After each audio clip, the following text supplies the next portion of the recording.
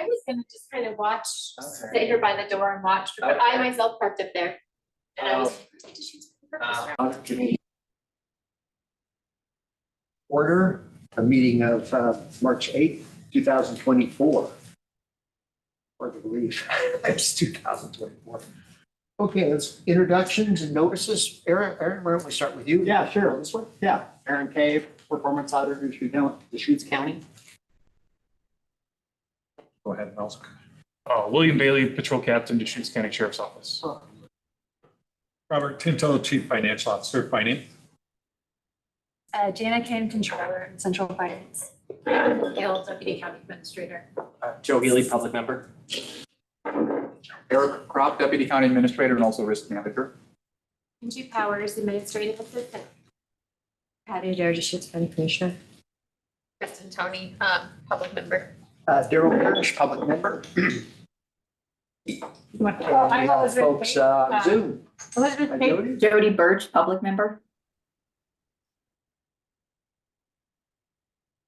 I'm Jason Bavuso, Deschutes County Human Resources. And Jeff Hines, Director, Deschutes County Fair and Expo. Jeff. Okay, that's that. Let's go to the first item, and that is the minutes from the December 8th, 2023 meeting. Do I have a motion to either approve or any questions or changes? Motion to approve. Motion to approve by Joe. I'll second it. All those in favor of approving the December 8th, 2023 meeting, say aye. Aye. Anyone opposed? Aye. Hearing none. Move on to the first internal audit report. Fair and Expo. Can you hear me okay? Okay. Ahead and.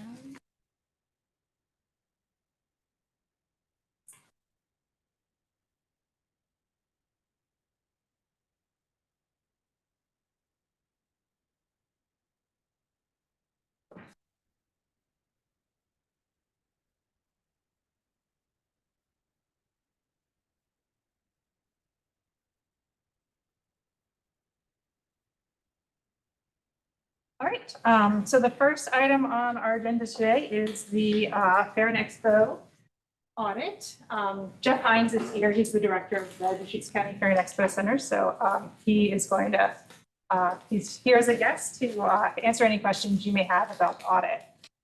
So this was one of our standard cash handling audits that we do. We cycle through different departments about, try to get to everyone about every 8 years to look at compliance with county policy F11, which is related to revenue and cash handling. So that's how we ended up at Fair and Expo. For this audit, we really focused just on the Fair and Expo revenue. It excluded the county fair revenue, any concessions revenue, and any revenue coming from the RV park. And the reason we excluded those pieces is because we just recently audited the county fair, and we have plans to do the concessions and RV park later in our audit plan. So this is really just focusing on rentals and other revenue at the Fair and Expo Center. So just to give you a little bit of background about the fair. So the Fairgrounds is 320 acres. They do about 400 events a year. In fiscal year 2024, there were 17.5 full-time staff, full-time equivalent staff over there. And in 2023, there was $1.2 million in revenue. This is the revenue that we were looking at. Most of the revenue that we're looking at is from events. So you can see here, there's two different scales because the event revenue line item goes up to 1.2 million. The other revenues, which you can see here, are much smaller, going up to 120,000, including rights, signage. So like a business might get rights to promote itself through having their logo on signs, horse stall rentals, storage, camping, the items get quite small after that. These are our audit objectives. So like I said, our audit objective was to look at compliance with county finance policy F11, and then also to just be aware of any other compliance issues, federal or state regulations or other applicable laws. For our field work, we interviewed staff over at Fair and Expo. We asked them to, and we went through also a checklist that we put together that talks about a lot of best practices for cash collection and cash handling. We reconciled their information systems with Munis, which is the county's financial software system that they use for financial reporting. We also looked at best practices to see best practices for cash handling. And so now I'll get to the findings and recommendations. So the first finding, so we can see more, was that there were incomplete procedures at Fair and Expo, which increased risks. So this is based on the criteria we used here was the county's cash handling policy F11. It requires all department directors and managers to design, implement, and monitor cash handling controls. There is assistance provided by internal audit. So internal audit has put together a checklist of best practices that we share with departments, but it's really just a guide, and it's really up to departments to develop their own internal policies and procedures, and that they have the responsibility for those procedures. F11 also includes some required procedures, including 24-hour bank deposits, issuing pre-numbered receipts, who can have, how to establish bank accounts associated with the county, and also requires over and short reporting for cash that comes in. So what we found here, and it's actually something we find a lot, that the Fair and Expo didn't actually have very complete or documented cash handling procedures. There were some procedures in place, which were mostly instructions for how to use their information systems. So I think they had considered that a lot of their procedures were integrated into their software processes, and so there were instructions for how to use that and how to conduct transactions using their software. But beyond that, there weren't documented procedures, things that lay outside of that process. So there was no documented procedures for how to do reconciliation, how to do reviews, sign-offs, these kind of things. We have in the past made recommendations to people. You don't have policies and procedures, implement policies and procedures. But we're finding that we keep making that recommendation over and over again. So we wanted to go a step back and look more at the root cause here. Why might Fair and Expo not be implementing the policies and procedures? And what we landed on was having a documented fraud risk assessment. So this is kind of a new recommendation, and it's probably one that actually applies to a lot of departments across the county. So they kind of get to be the guinea pig. But we shared with them some materials that we found from the Australian government, some really nice materials outlining how to do a fraud risk assessment, including how to identify risk, how to analyze it, how to evaluate it, and then how to treat it. And our idea here is that what we would like to see is Fair and Expo take these, conduct this assessment, identify where their risks are, identify what their tolerances for risks are, build that into procedures that are documented, and then, and so that's how they would develop those procedures that we might like to see.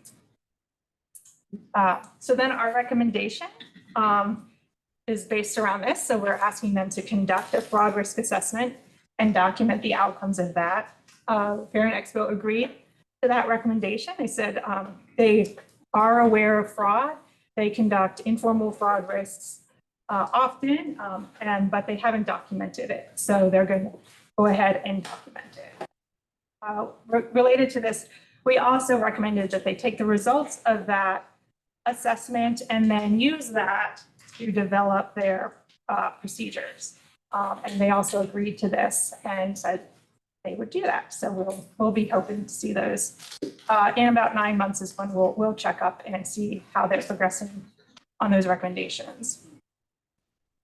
Another thing we saw was that there were some sort of risky activities. So at Fair and Expo, and these aren't necessarily practices that they shouldn't be doing full stop, but they're practices that we think are risky enough that they should be documented, either incorporating controls to alleviate or address these risks or document that they're accepting of these risks. The first one is incompatible duties.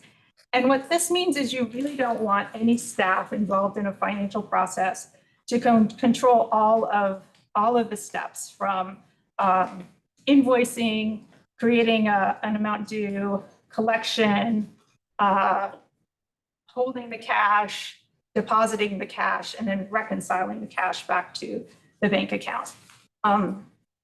And what we found is that there was a whole lot of responsibilities assigned to one staff person. This puts that staff person at risk because if anything goes missing, there's no one else involved in the process who could have been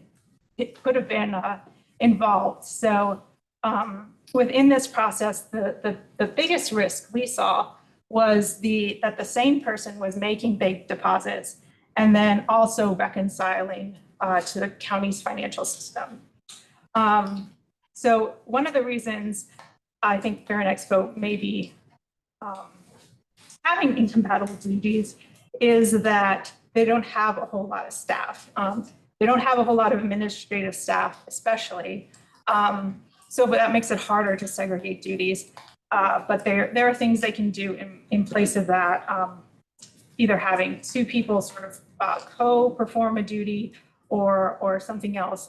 But that would take some risk off of their staff by segregating duties. Our recommendation here was that they should outline their major financial processes, along with which staff are assigned, determine if any roles are conflicting, and then if they are, either acknowledge that risk or put the mitigating controls into place.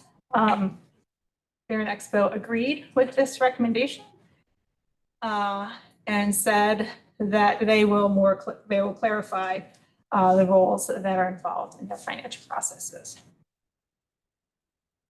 Another risky thing that we saw was that they have these 3 different software systems to go across their whole process, and they're difficult to reconcile with one another.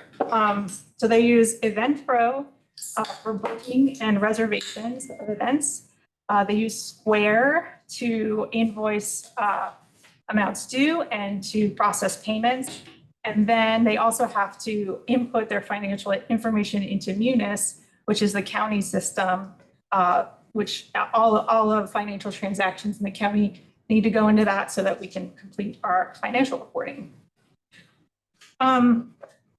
They have said and shared evidence with us of trying to find a single system that would do all of these 3 things so that they wouldn't have these transitions between information systems. But they haven't been able to find something yet that works for them. So instead, and none of these systems talk to one another, so they reconcile using the name, date, and amount for the events. And that works for them, mostly because it's just one person doing a lot. So that person really is aware of which things go between. But for an outsider, it's harder to tell because sometimes the name changes. So sometimes the name is the name of the event. Sometimes the name is the person who made the reservation or the person who paid for the event. Sometimes the dates change slightly. Sometimes the amounts change. So you might make a reservation, someone might make a reservation for 3 events that each costs $200 over the year. It's reported as $600, but then when they're actually paid in increments of $200. So there are reasons that using name, date, and amount are not very efficient for reconciling these systems. Instead of using name, date, and amount, each of these systems does have a unique identifier for each transaction. And so you could instead use that unique identifier for reconciliation rather than relying on name, date, and amount.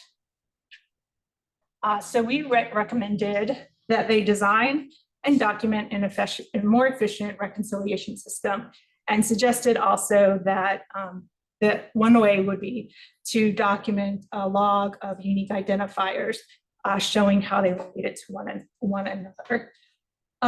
Fair and Expo did agree to this recommendation, but I did kind of want to pull out that in their response, they really focused on that they had done research on finding a technical solution that would integrate those systems or would meet all the needs of all of the systems. And their response didn't really address the idea of creating a log of unique identifiers. But when we follow up, we'll be looking to see if there's some improvement they can make, even short of finding a software solution. The last area we looked at was shared passwords. They were sharing passwords into Square, which was the software they were using to process payments. So you've probably used it when you go to kind of a smaller vendor, maybe a food cart. Sometimes when you hand over your credit card, it goes to Square. And there really was only one login for Square, and all of the staff were sharing the same login, and all of them had the same permissions. There was no way to tell which staff person was doing any transaction.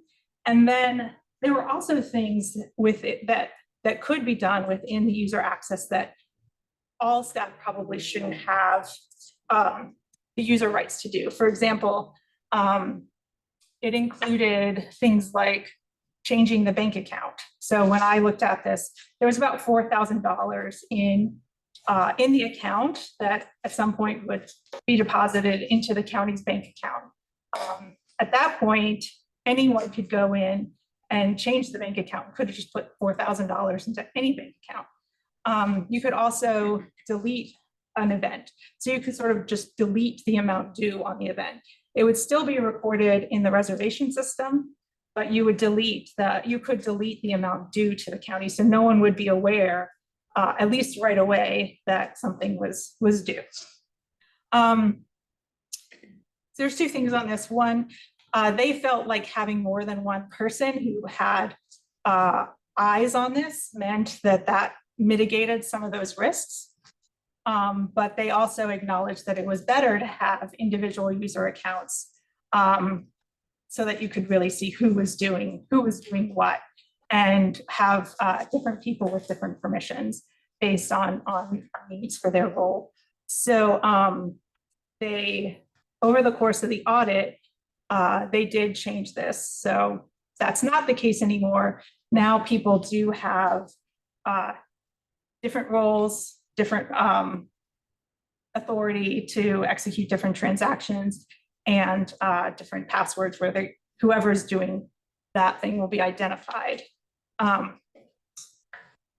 our recommendation, again, kind of going to the root cause, was instead of just fixing that issue, fixing the password issue, to really go back and think about all of your financial information systems, think about who has access to data and rights to execute transactions, and then make sure that those roles made sense for the work those people had to do, and that each user should have the access credentials. Again, here they agreed to our recommendation, but their response was focused on the fact that the staff were no longer sharing passwords. So we're glad that staff are no longer sharing passwords, but when we go back and follow up, we'll actually be looking to see that identified various roles within their financial information systems, and that people have different levels of access. That's all I have. I know that Jeff is also here, so if anyone has questions or. Questions for Daphne or Elizabeth or Jeff? One thing that you do refund logs is one of the things that we do as internal control is when you do process a refund, somebody on the credit card, that's control thing, and so having somebody, a manager, approve any refund or keeping track of any refunds, because it's easy to kind of take the payment and give it back sometimes. So having those in place. There was a control which was all, if something comes in on a credit card, it goes out onto that credit card. So the person there doesn't actually have a transaction. Maybe Jeff can speak more to what controls there were around refunds. We did look at cash refunds. There weren't many, and staff were able to explain them all. But yeah, I don't know if there are rules about who can approve refunds. Yeah, so I had a little difficulty understanding the original question, so if I don't get the answer correct, please let me know. As far as refunds, any and all refunds would have to be authorized by myself. If the payment was done by credit card, yes, a refund would be refunded back to that original form of payment. If it was a cash payment, then a refund would be done through a request through finance for a check. And so we would have a authorization in that form as well. And then all deposits also are requested to finance, so we're monitoring these revenue, like all the deposits when all the events every month. So as refunds go out, we're verifying just approved and adjusting in munis. So we do have some oversight over this. And do you ever think about not accepting cash at all, just only cards or check? That's a good check question. We've made a large transition over the last 5 years since my arrival at the department to make the transition to utilizing credit card processing as a whole. And so we've made monumental steps to accepting credit and check payment as our primary source. Ultimately, at some point, yes, that may be something that we could integrate. I would say at this point, the majority of our users, at least on the event side, are paying through primarily credit, because that's where the invoicing go out, and then a few are still paying via check. We have very few that are paying for cash, just because the rental fees, especially when we're talking about the use of the facility, those are fairly substantial amounts, ranging from very few are under $1,000. So we see very little cash in that at this point. So it's a point well taken that it's something that we could consider to eliminate cash in that area. But we still do utilize cash in a number of other areas, including concessions, food and beverage, in the RV park. And I'm not sure we're at a position where we can fully go cashless as a department as of yet. I think also you may want to look at, there was an ORS about you couldn't not take cash. You couldn't say we don't accept cash. You have to be able to accept cash at some point. So how does like Les Schwab, when they have events and they're not a municipal, so it's municipal, yeah. One other thing I just want to point out is the audit referenced 4 cash policies, separate ones. We actually just this past week, the Board of County Commissioners, we brought to them, we combined all 4 policies into one. So now the number is different. It's just that 7 small little thing. But for those that look at it later and then look at our policies, like, wait, it's a different number, but we just combined them all into one. The meat of it and all the requirements are still in there. It's just combined to make it easier for staff when they're looking at all the internal controls and policies. It's all in one place. Anything else? Okay, thank you. Yeah. Okay, before we move on to the next item, we've had some folks come in, so back to introductions. I think it's got here. I'm Chuck Fadley on the County Justice. Stan Terrell, independent auditor here. I'm a tax accountant also, that's why I was little late running across town. But I would say to you that I'm very impressed with reports that I've been getting, and I'm getting them in the mail to appreciate that. Because I'm an old timer who likes to read hard copy. Anyway, my background is very diversified. I'm also an auditor, board of directors from the start of Willamette Valley Vineyards from the very beginning. I'm the oldest guy in the board, but very involved with the audit committee for public corporations. So this kind of fits a little bit different. And I love your comment. We have to accept cash. It's legal, but a lot of people say, oh, we don't accept cash. That's an issue, especially for our Mexican clientele. I was eating before, saw this. I'm Lee Randall, staff member of the audit committee with the facilities department. Which you made available for us today. Sort of, yeah. Not me direct. I'm Summer Sears. I'm a CPA and a consultant, finance consultant for local governments and a public. Okay, having completed that business, let's move on to the next item. Overtime compensatory. Yeah, that's a mouthful, isn't it? It is. Yeah, I'm gonna use time most of the time, just because it's easier, it just rolls off the tongue a little bit easier than compensatory time. Are you sharing already? Okay, wow, thank you. So brief background on how we got to overtime and compensatory time, because initially the audit committee approved the audit on the audit plan to add compensatory time based on some interest from our stakeholder group. When we did the vacation and sick leave audit, there was a lot of curiosity about comp time and how the controls in place at the county worked. And so we got that approved on our audit plan, but once we started planning for the comp time audit, it really was impossible to tell the story of comp time without including overtime, because overtime is where compensatory time comes from. So just to quickly kind of go over background on overtime and comp time, so we're kind of all on the same page. For FLSA law, overtime is basically any hours worked over 40 hours in a week for non-exempt staff, basically overtime eligible staff. Comp time has to be agreed to by management and the employee as an option.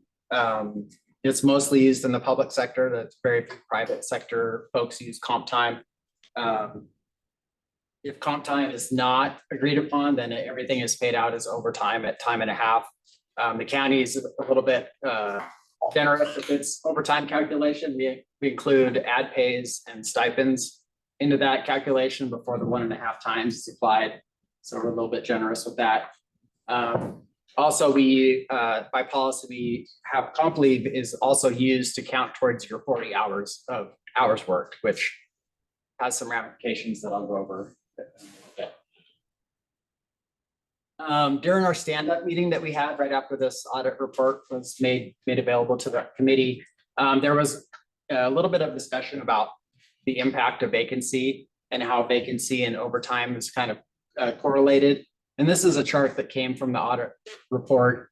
You can kind of see that there's a trend, a higher vacancy rate, and then you kind of see this kind of a raise in overtime hours also.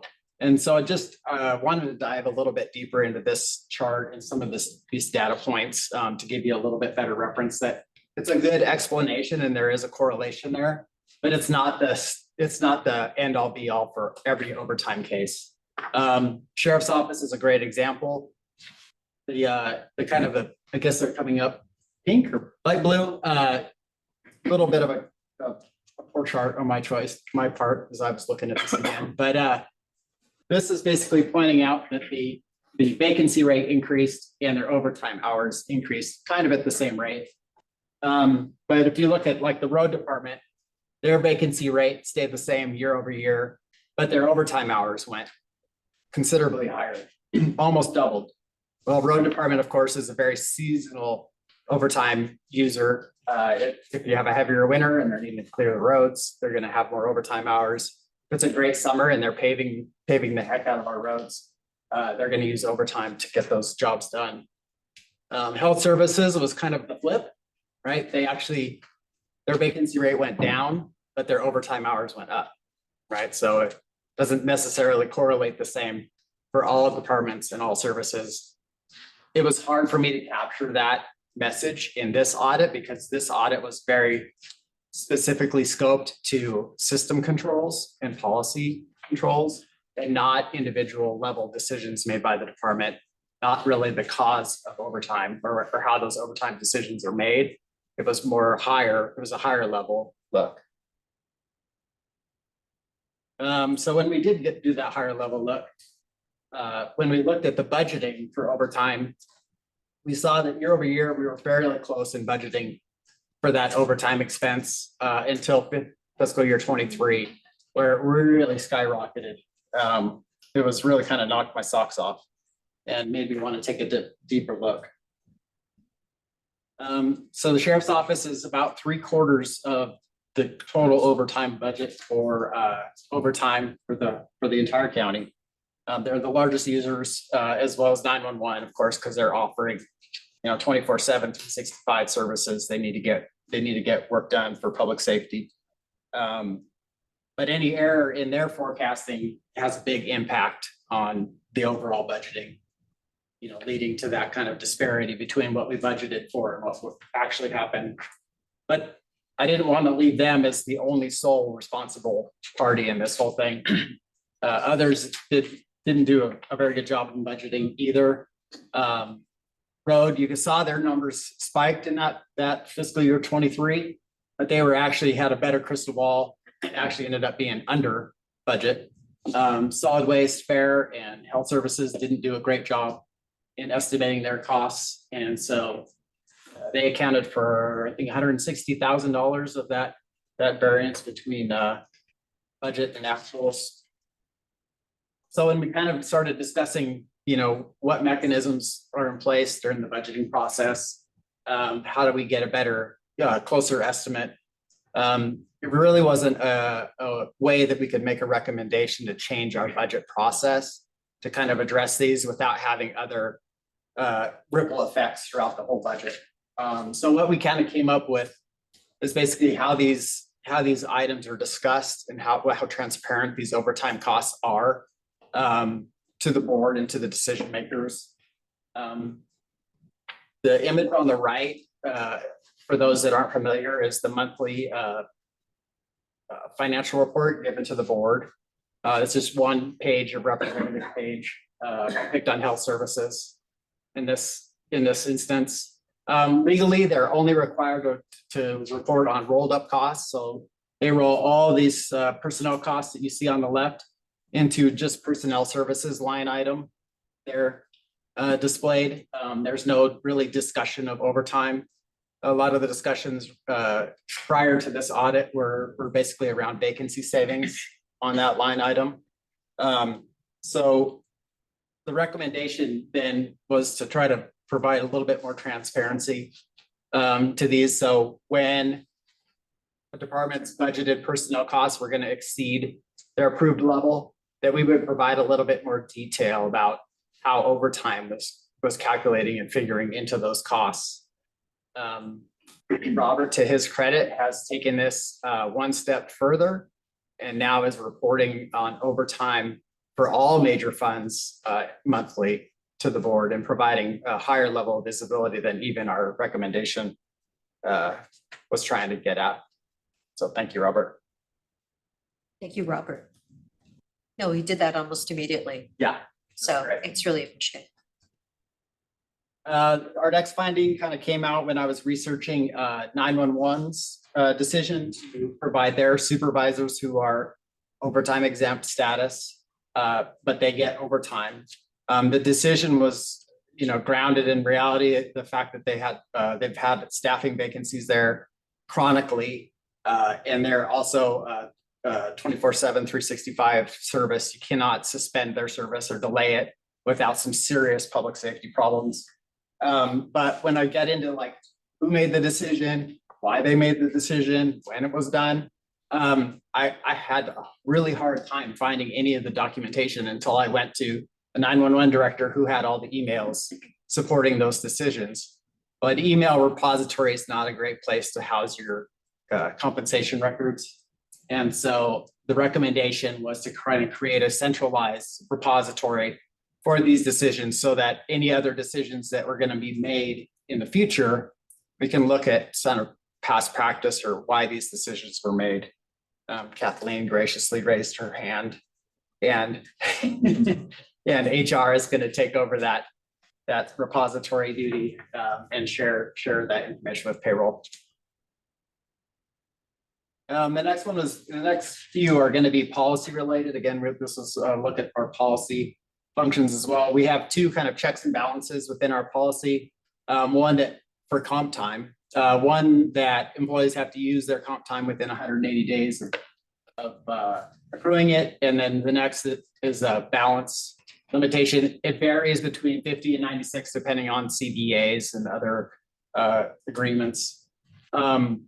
Again, they're kind of both in place to limit our liability as a county so that no one has this inflated comp time balance that we may have to pay out in the future if there's a separation.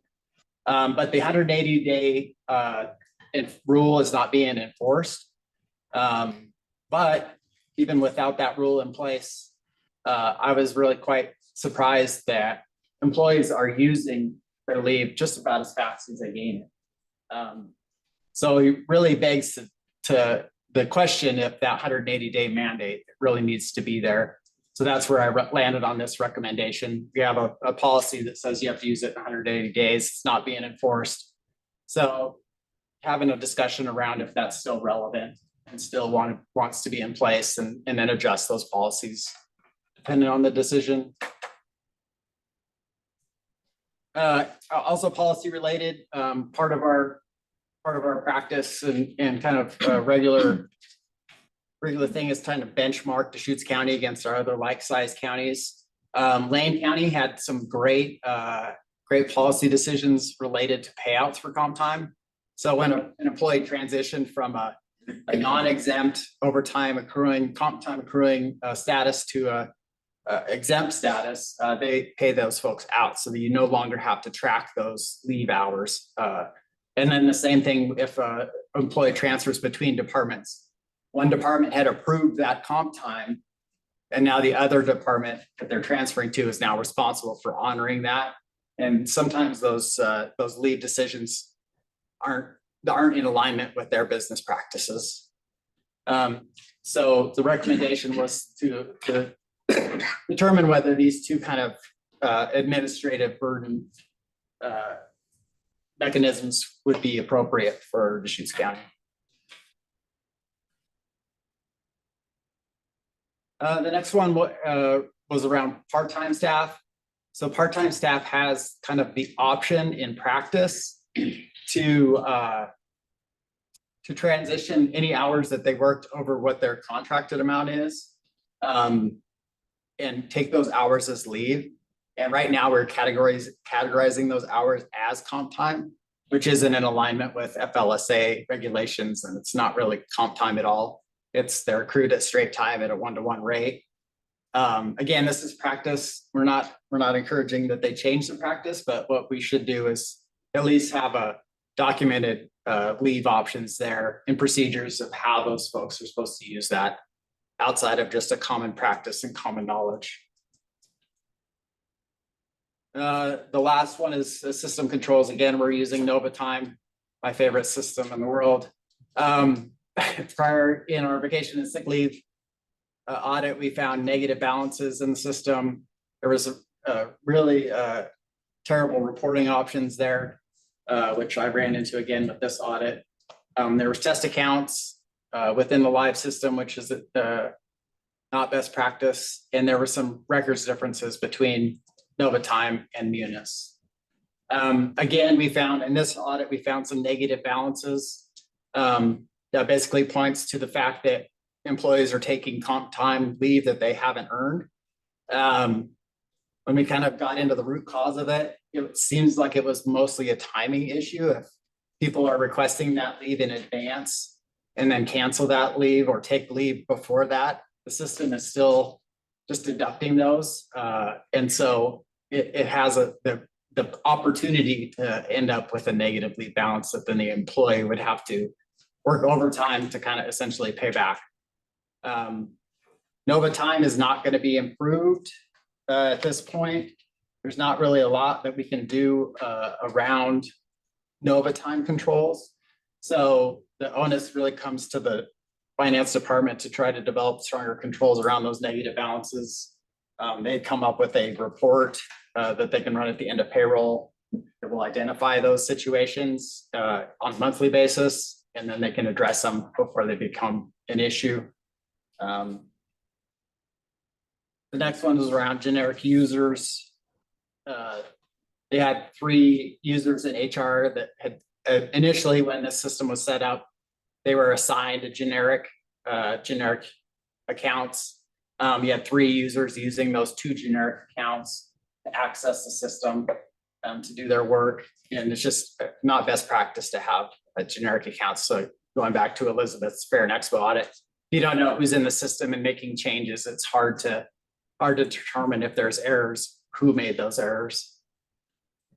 So again, the recommendation is to assign those individually so that they're identifiable.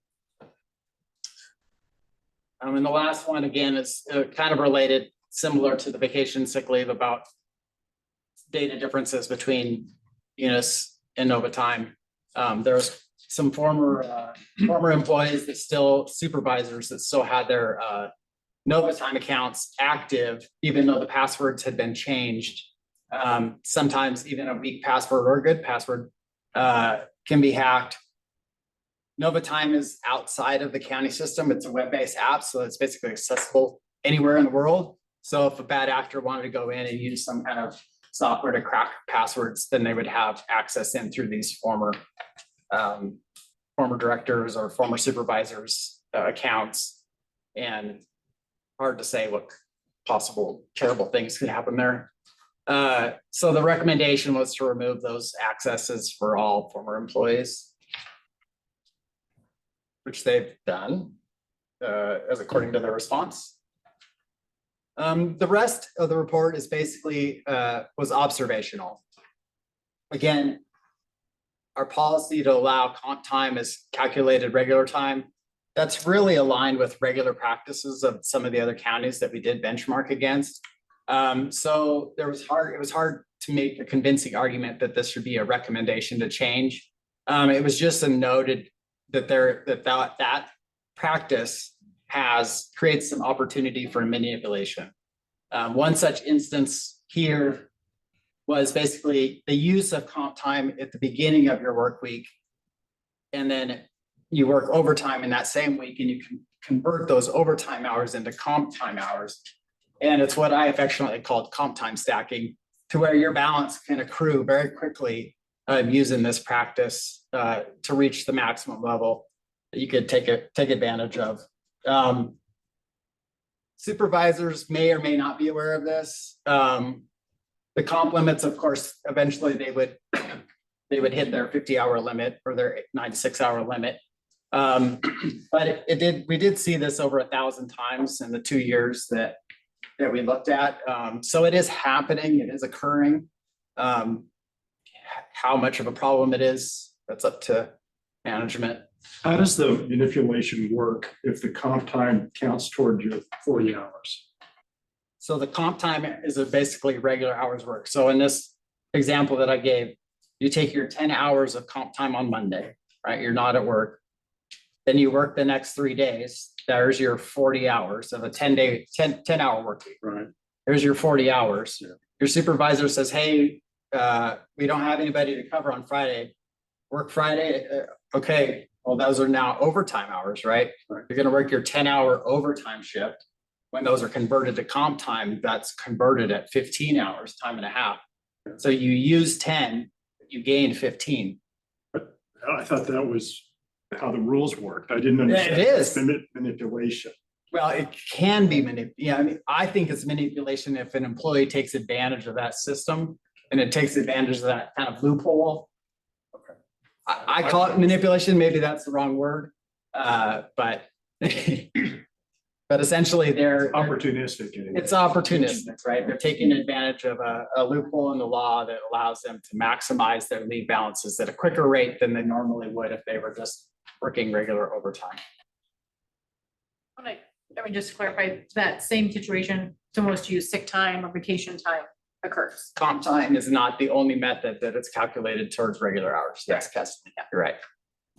This audit was comp time, so And I'll- Yep. couldn't poke at that.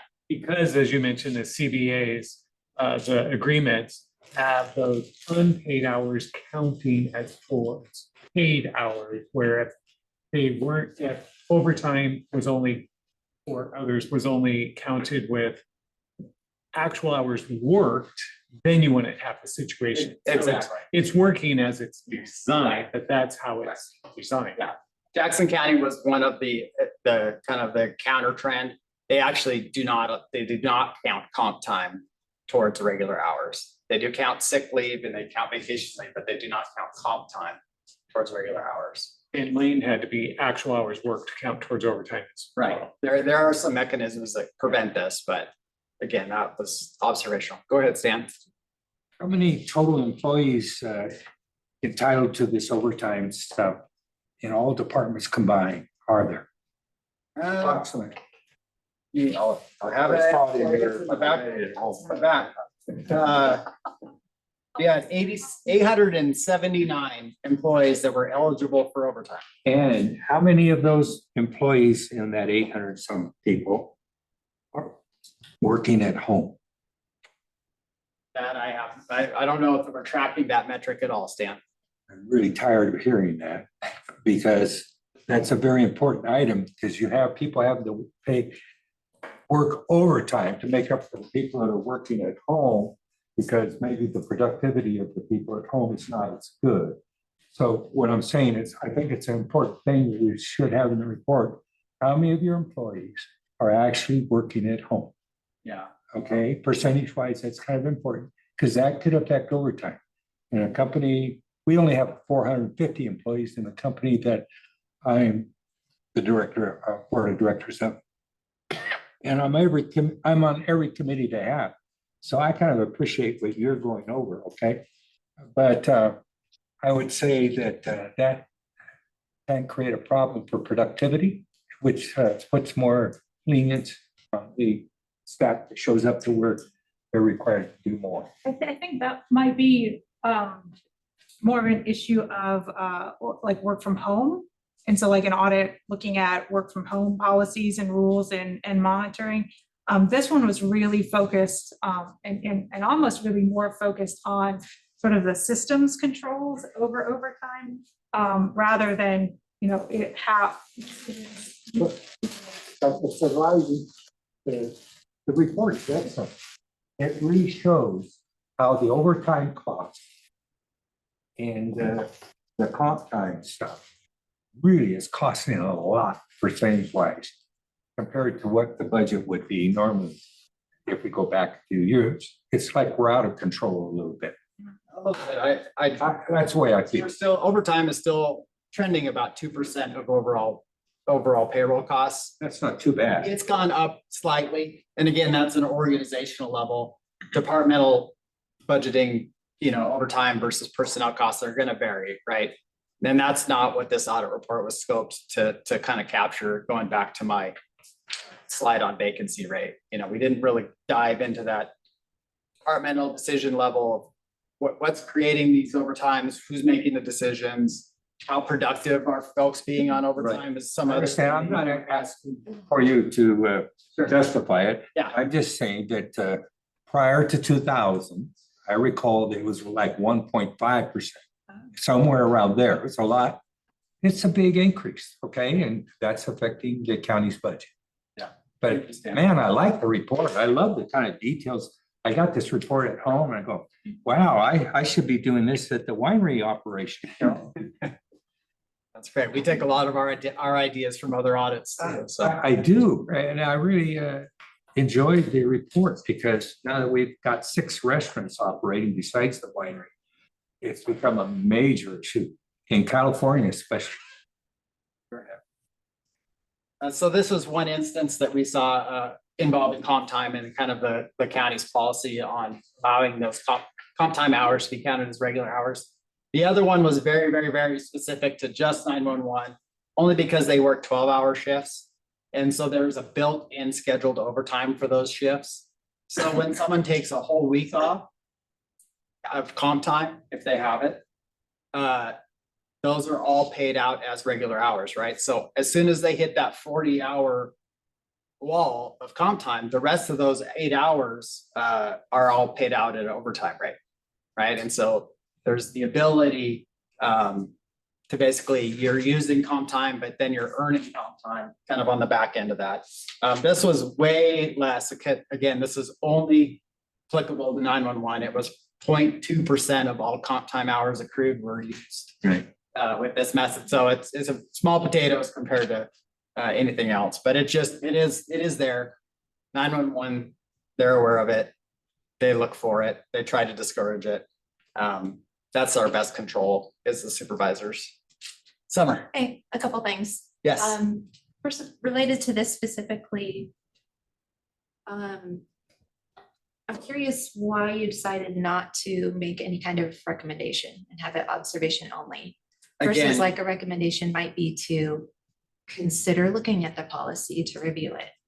sure. Again, when we benchmarked best practices. Yeah. This was essentially, it's an alignment, using comp time as calculated into regular hours. It's Okay. kind of standard procedure. And so it's hard for us to find any criteria to say that you shouldn't do this, right? Yeah. It's a policy decision that is made, but those policy decisions sometimes have repercussions. And we just wanted to highlight those, the fact that this was happening, that we saw it. And then it's up to management to make a decision. If we didn't feel like it was strong enough, I could make a strong enough case to argue a recommendation that they examine it or change it. That's kind of a weak recommendation that they consider it. Yeah. Right? I don't like to make, you should consider doing something. I like to You should. Yeah, exactly. So that's why these ended up being observations and not findings. Thank Yeah. you for explaining that. Yeah. Can I also suggest that, I don't know if the audit committee will want to do this, but every year we review the topics in the plan that are up for internal audit. And to Stan's point and the impact of the overtime and comp time, the reasons for it and impact on the budget, maybe put that on as a potential topic for the committee to consider. Yeah, I mean, there's definitely some work that could be done in that area. Yeah. Yeah, for sure. Stan, did you have another? The sheriff's department, you pointed out, has the highest rate of overtime. To me, because we do tax work in our accounting firm for a number of officers, we have found that a number of officers are retiring early. They're frustrated with the bureaucracy of what they have to go through. It's incredible that what they put up with, okay, not from the county exactly, but for their requirements and what they're allowed to pull over and not pull over, or their arrests are not being enforced by the county. By the way, the new county the head of the DA's office is better now than it was before. So things have improved there to a certain degree, but you've been having a dropout on the amount of sheriffs working for you. And it's hard to replace the experience.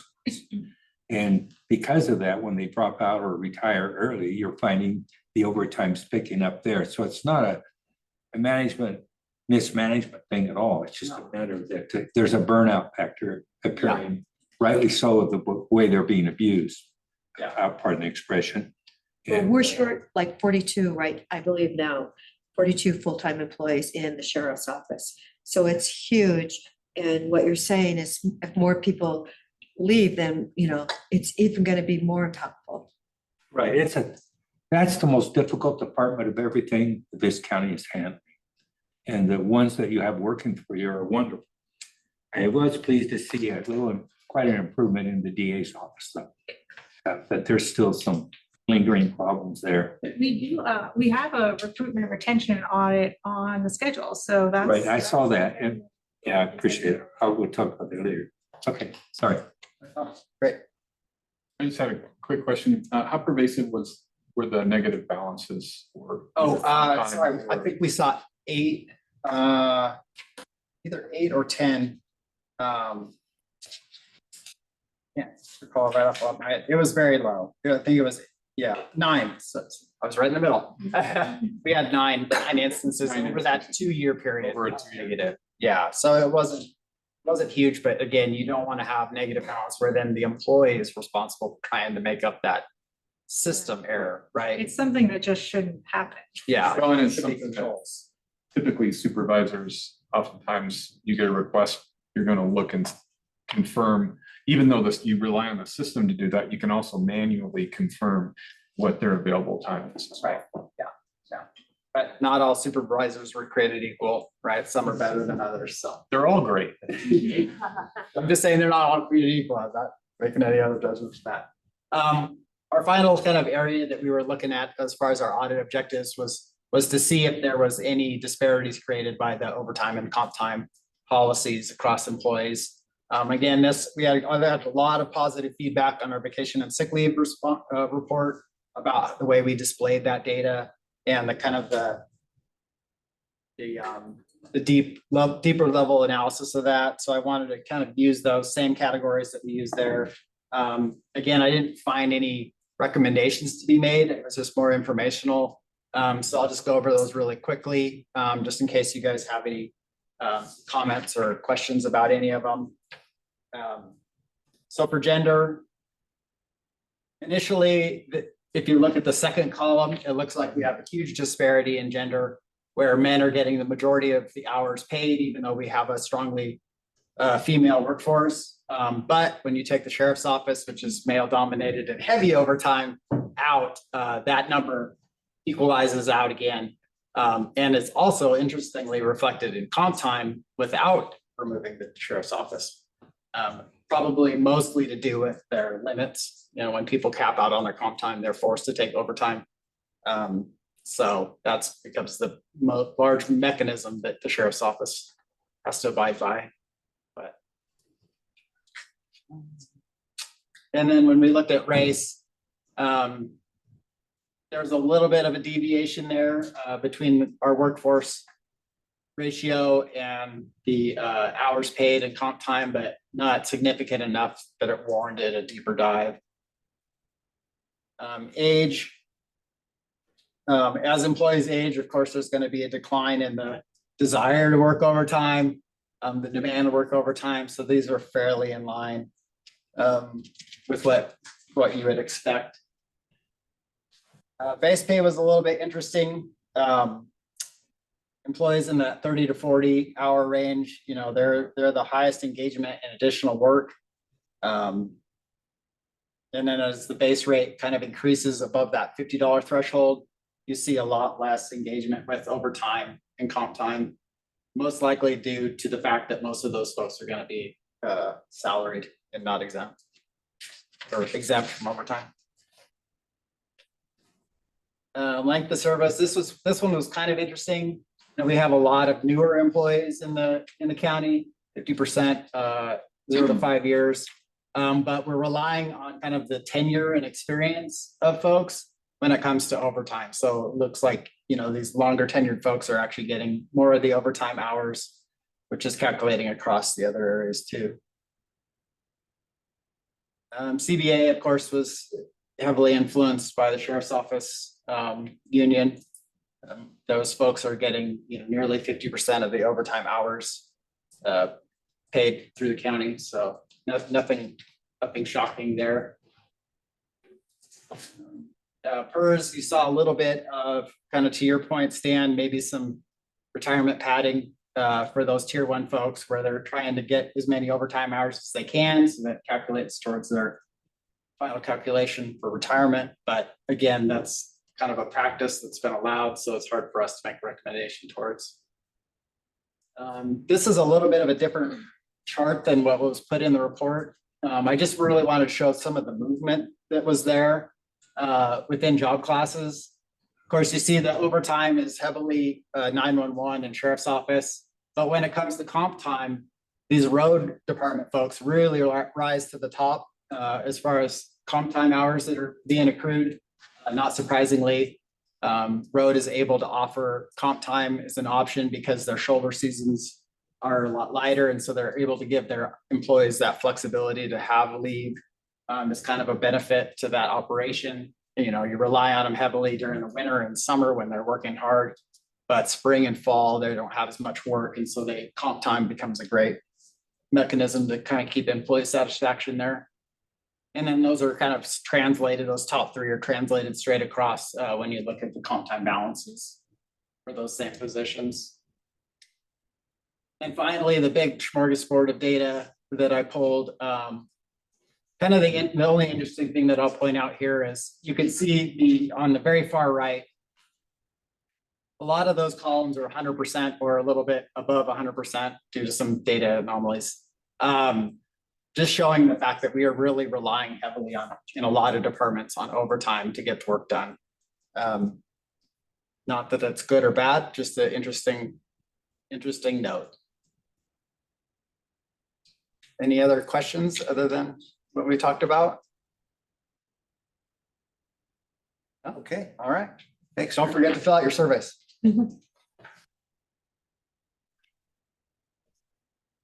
Okay. So, oh wait, no. It's not me again. It's you again, I'm sorry. It's me again. Follow-ups. Follow-ups. Need help. I hopefully have it. I have to share first.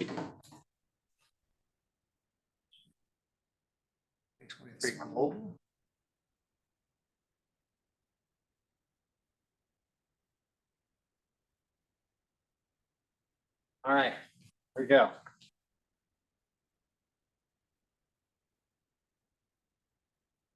So we got the 3 follow-ups, including our large annual global here, or this quarter, I should say. You probably all noticed some significant differences in this year's global compared to years past. We tried to do a kind of a complete redesign and transformation to deliver the information in a little bit more consumable manner than years past. There were 10 audit reports issued since 2019 that had at least one follow-up, and those were the ones that we really focused on. This was a way that we were going to show progress of those 10 audits and the recommendations that were still outstanding. The blue rectangles are the most recent efforts. The red represents that they're still outstanding. And so you can see that we had a little, some reports had some stagnation. Others had a large amount of progress. You can see that Munis security one really, finance really took the bull by the horns and really tried to get some of those recommendations resolved. The other interesting one that I'll point out, kind of a newer metric was this duration that it took to resolution for our audit recommendations. I think this chart speaks more probably to the complexity of the recommendation rather than a department's approach to answering or resolving these issues timely. Some of the things are really easy to fix. Some of the things like policy or county code changes take a lot longer. Those ones with the star on the right, of course, are the ones that do have policy or county code recommendations, and those just because of the bureaucracy of the county take a little bit longer to get through. I have any other, if Dee was in the room, I was gonna point out that parole and probation and juvenile both had recommendations in this last year, 7 of them, and they had gotten those completed within 4 months. So I was gonna give her some kudos, but she's not here. So maybe she'll watch this recording. Just some statistics overall. Departments and elected officials have been successful in implementing the recommendations made. As mentioned earlier, finance has been really focused on addressing the Munis recommendations. Our hope is there's a newly established policy advisory committee that will hopefully provide some kind of closure to these policy revisions that we've been waiting on.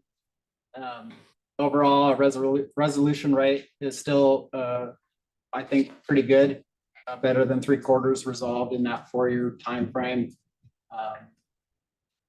That's all I have on the global. Any comments or questions on the global? Yes, someone. So for those that are, like another other chart, you said that there's some recommendations that are kind of stagnating out there. What does the communication look like to them? Like, for lack of a better word, is there a way to enforce that or encourage them? I mean, we do our yearly global, which is kind of, again, it kind of just maybe shakes off the dust that has sat, they're trying to get through their day-to-day operations, and some of these things, again, take time and take effort, considerable effort to do. Aside from that, I'm not sure, I can't speak to one department specifically, or that if we do other audit work in those departments, we bring up, that, hey, there's still some outstanding recommendations. Yeah. Be made if there's transitions of department heads or elected officials, we bring them up at that time, but. Should we consider involving higher level of management, county administration? The consequences Get to not doing it. involved? Yeah, just a thought. Yeah, Maybe you guys, maybe it's not appropriate for you guys to answer that question, but. We did, in this year's follow-up, we highlighted, I think, one that we were really happy to see implemented, one that we thought was really high risk, that we really hope to see implemented, and one that was taking a really long time, that we hope to see implemented, so. And then the report includes all of those outstanding recommendations, so.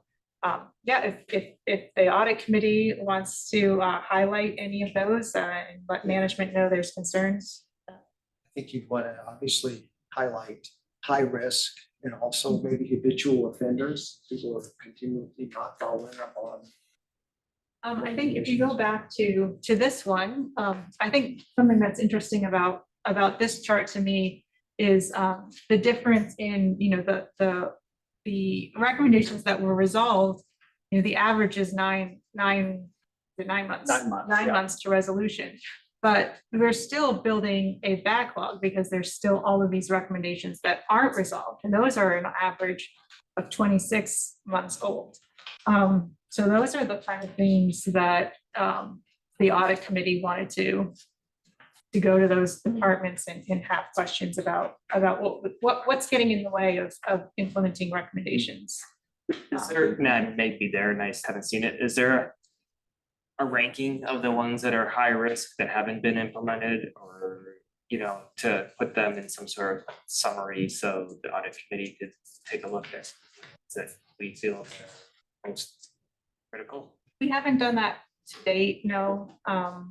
It's something we could consider Yeah, doing, that might which be a ones we really feel like worthwhile are more high risk. Activity, The county clerk has 5 of them in the red. they do, Yes, and it's none of that, they didn't get a blue box for 23. they did not. Yeah. So is that something, it's an election year, should we be concerned about it? We are working with the county clerk right now on an audit, and I've been working with Steve to look at some of those recommendations. So we'll be reporting on those again once that audit's complete, but. Can I make a comment? Bet. So I think it's interesting to see the unresolved, but like for finance, if you look at our estimated timelines of when we get those recommendations done, they were 2 to 3 years out. Like, we already knew when those reports got issued, we weren't gonna be able to address those that fast. So I wonder if some other departments are in similar scenarios where they're waiting for bargaining to open up, they're getting a whole new system, which. I appreciate you bringing that up because that is something else that we are going to start tracking. We are going to pay more attention to asking departments to give us a goal for resolution. And then we'll track against, that'll be a new measure starting next year, the % resolved within the goal. And our plan is, a lot of times departments don't give us a goal. So thank you, finance, for giving us a goal. But, and if we don't get a goal from management, we'll just put one in place that we think is kind of reasonable, just because I think that is a good point. Not all recommendations are equal. Some take longer to implement. Yeah, there's external factors to all these, right? So to capture those and to give the true story of maybe some of these recommendations, this chart maybe just doesn't quite get there. That's kind of to where I spoke to at the beginning. It doesn't really speak to the complexity of the thing, of the recommendations, so. Well, the administration is the worst, so we're at 45 months. No wonder Nick is vacation. Largely due to policy, right? Largely. Yeah, I mean, on a lot of administrations, it's countywide issues that Some major programs. are much more difficult and need to be more thoughtful on implementation. I would like an annual report to the audit committee of that analysis and what you're finding. With the risk. Especially with the risk and, you know, considering the factors that come across with the goals and. Is there any, I mean, because we do, you know, we do try to put out this global report. Is there anything you would also like to see in the report that we're not putting in additional to adding the risk and the time and the goals, which we're planning to do? Yeah, maybe it's incorporated with that as far as the deeper dive of why some of those are outstanding and the ones that are higher risk and that maybe internal audit feels are not getting the attention it's deserved. Can be. Flag. Yeah, And maybe if there's a response from the department head as why. here you go. Yeah, all of them have comments. I mean, Well, yeah, I mean, some of the comments could have been 2 years ago. I mean. No, these are all current. These All are- current, yeah. All the current, all the comments that are in the report were made for this specific follow-up. These aren't historical comments. These were all current. So you're saying you don't feel like there's an issue that everyone's staying on top of and doing? No, their I think, diligence? you know, we're trying to give you the information you need. And then if you're seeing, and if you don't have the information you need, such as it's not clear to you which are the high risk recommendations, that's something we can provide to you. But also we hope that you're taking a look at the report and that you can use that information to give your feedback to what you as the committee would hope management was paying attention to. Let's at least start with the risk analysis piece of that. Yes, Yeah. we can do that next year. And then if anyone else, you know, do we have a feedback form for the local? We do not. It's a follow-up, so Yeah. it's outside of kind of standards and doesn't have a survey. If anyone Not wants that our to surveys get a lot of traction anyways. but give us feedback on decide. the report, what more information you want, let me know, and we're happy to incorporate more So we're information. doing that in the survey, we get what we're doing, is that? Is it all, is- We haven't been putting out surveys for follow-ups, so, okay, yeah. but let us know. We're open to it. Yeah.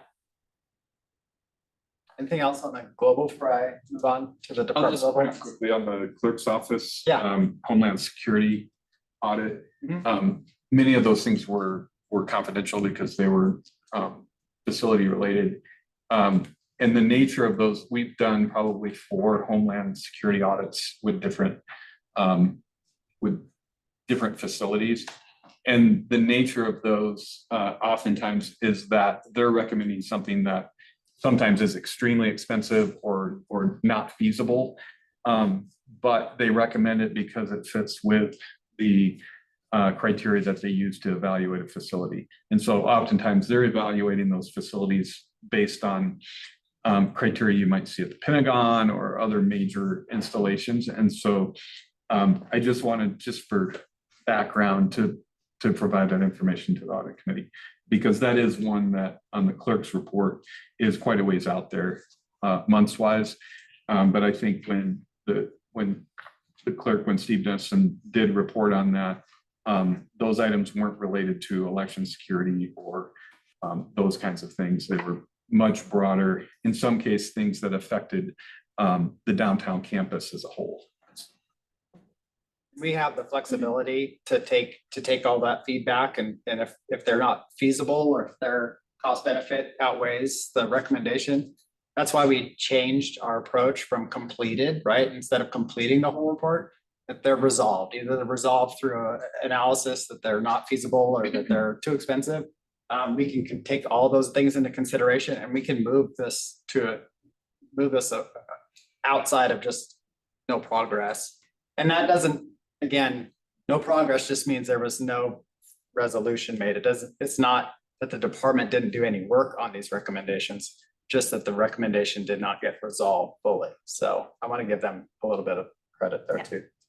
And we are auditing the clerk right now, so some of those issues may move into resolved status. Yep. Once we complete that audit. I think just a quick update from HR, we made our first receipt and deposit into Munis yesterday. So I hope that little red box will go away. However, I do anticipate some more gray boxes on there quite soon, right? There you go. Okay, thank you. Thanks for your patience on that one. As long as it's moving. That, we got it. Yeah. Seems to have went smoothly. Speaking of movement, let's talk about data privacy. So the original data privacy report had 4 recommendations. They were broad recommendations, right? These were countywide. We had a lot of departments and elected offices reporting completion with portions of the recommendations internal and specific to their department. Things like assigning responsibility for information security programming, verifying information sharing was done securely. But we were hesitant to put an overall recommendation status of completed for any of those because we felt like there was a larger level that needed to be achieved. An important note is that policy GA9 was approved and updated in January 10th, 2004. Congratulations, Whitney. Thank you. That was after this report was issued, so this isn't reflective of the current status. So today there would be 1 complete and 3 underway. That policy approval was kind of the triggering point for a lot of other momentum things for the county administration to coordinate with departments in very specific ways. Whitney, if you want to. Do you want me to give a brief update, kind of, because I sound. I would love it. Okay, Absolutely. great. It's actually timely because we have a work group. We just met yesterday on this topic, but we've gotten together, Eric and I and our IT director, Tanya Mahood, and kind of put together a roadmap for next steps on this. So we have sent out outreach to departments and offices, asking them to identify key staff, asking them to identify the types of data that they house and that they touch and where they store that data, whether it's on premise or whether it's in software. And then we'll be implementing training for those key stakeholders across the organization as a starting point. And then we will be moving on to train more fully throughout the organization in coordination with the cybersecurity training that we require of employees each fall. So I think we're well on our way to make great progress with this, but I think that's a great example to kind of dovetail on what Eric's comment was around. Some of these recommendations really take some thought process on how do you move the entire organization forward in a way that makes sense, but we're excited to get this work underway. Yeah, large effort. Yeah. Awesome. Any other questions or comments on data privacy before I move on? Okay. And then finally, our last follow-up was finance and tax controls over receipts. This I'd also have 4 recommendations. 3 of them have been fully resolved. The one remaining is the resumption of transient room taxpayer audits. They had made some progress on that already. It just wasn't fully resolved at the time of the audit. Resolutions included some documentation of control gaps noted in the audit, eliminating a bank account that was duplicating service, and adding some complexity to reconciliations. So kudos again to finance for addressing these quickly. And I'll just add, just another example of sometimes they take a while. So the one that's underway, as you mentioned, is the selecting an auditor to do the audit on room tax recipients. So we did a quote, did the contract process, took a while. So it just takes, a time period to do that. And then they still won't be done they're going to start in the next month or so, but on their timing, it's going to take a few months for them to complete the audit as well. So it's underway, but it won't be completed. And then we'll do it every year. So but at least on this, it'll finally show up. Great, I guess for next year, but it is underway, but it does take time. Yeah, no, it'll be a blue. Blue, blue's the one. Is the one you want. Yeah, yeah. So, that's it. Thank you. Any other questions on follow-ups? I think that's it for the follow-up items. Okay, and then we had an addition for the wage equity. Yeah. Much more depth of that. So I'll let you know. Say.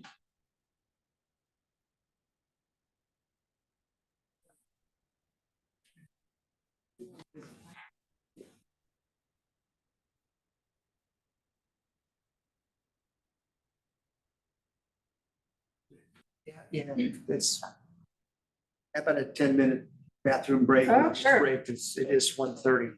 Why is your hand? This was that late. Okay. Yeah, well, let's do that. This is gonna take a while, I think, so. For everyone on Zoom, I will pause the recording. It's 1:26 now, so 1:36, be back.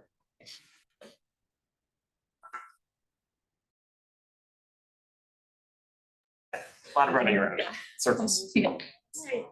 Back in session. Jody, you there? Hi, this is Stan. Please reschedule by 3:00 for tomorrow, okay? Bye. Oh. See what's going on.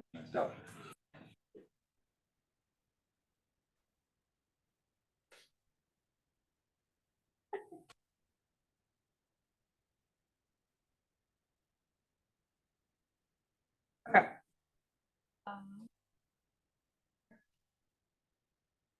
So the last audit we wanted to share with you is what we just released this week, the wage equity audit.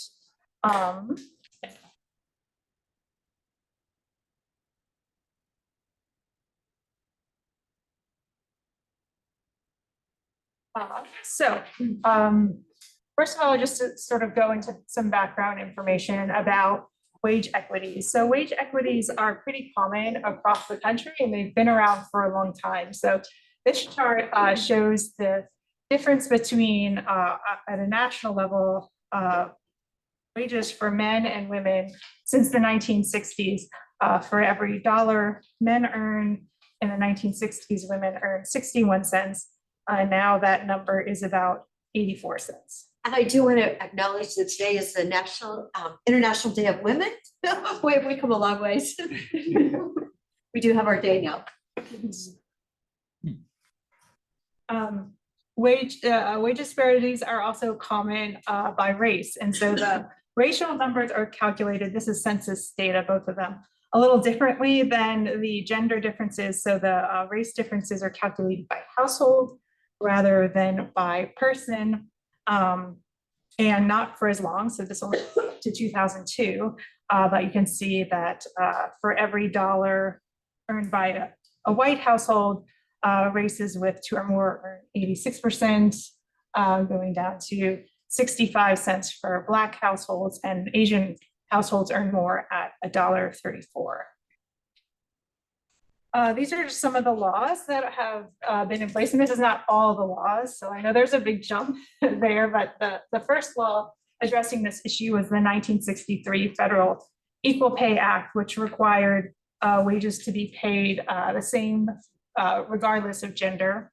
In 1964, that was extended to other protected classes, including race and religion through the Federal Civil Rights Act.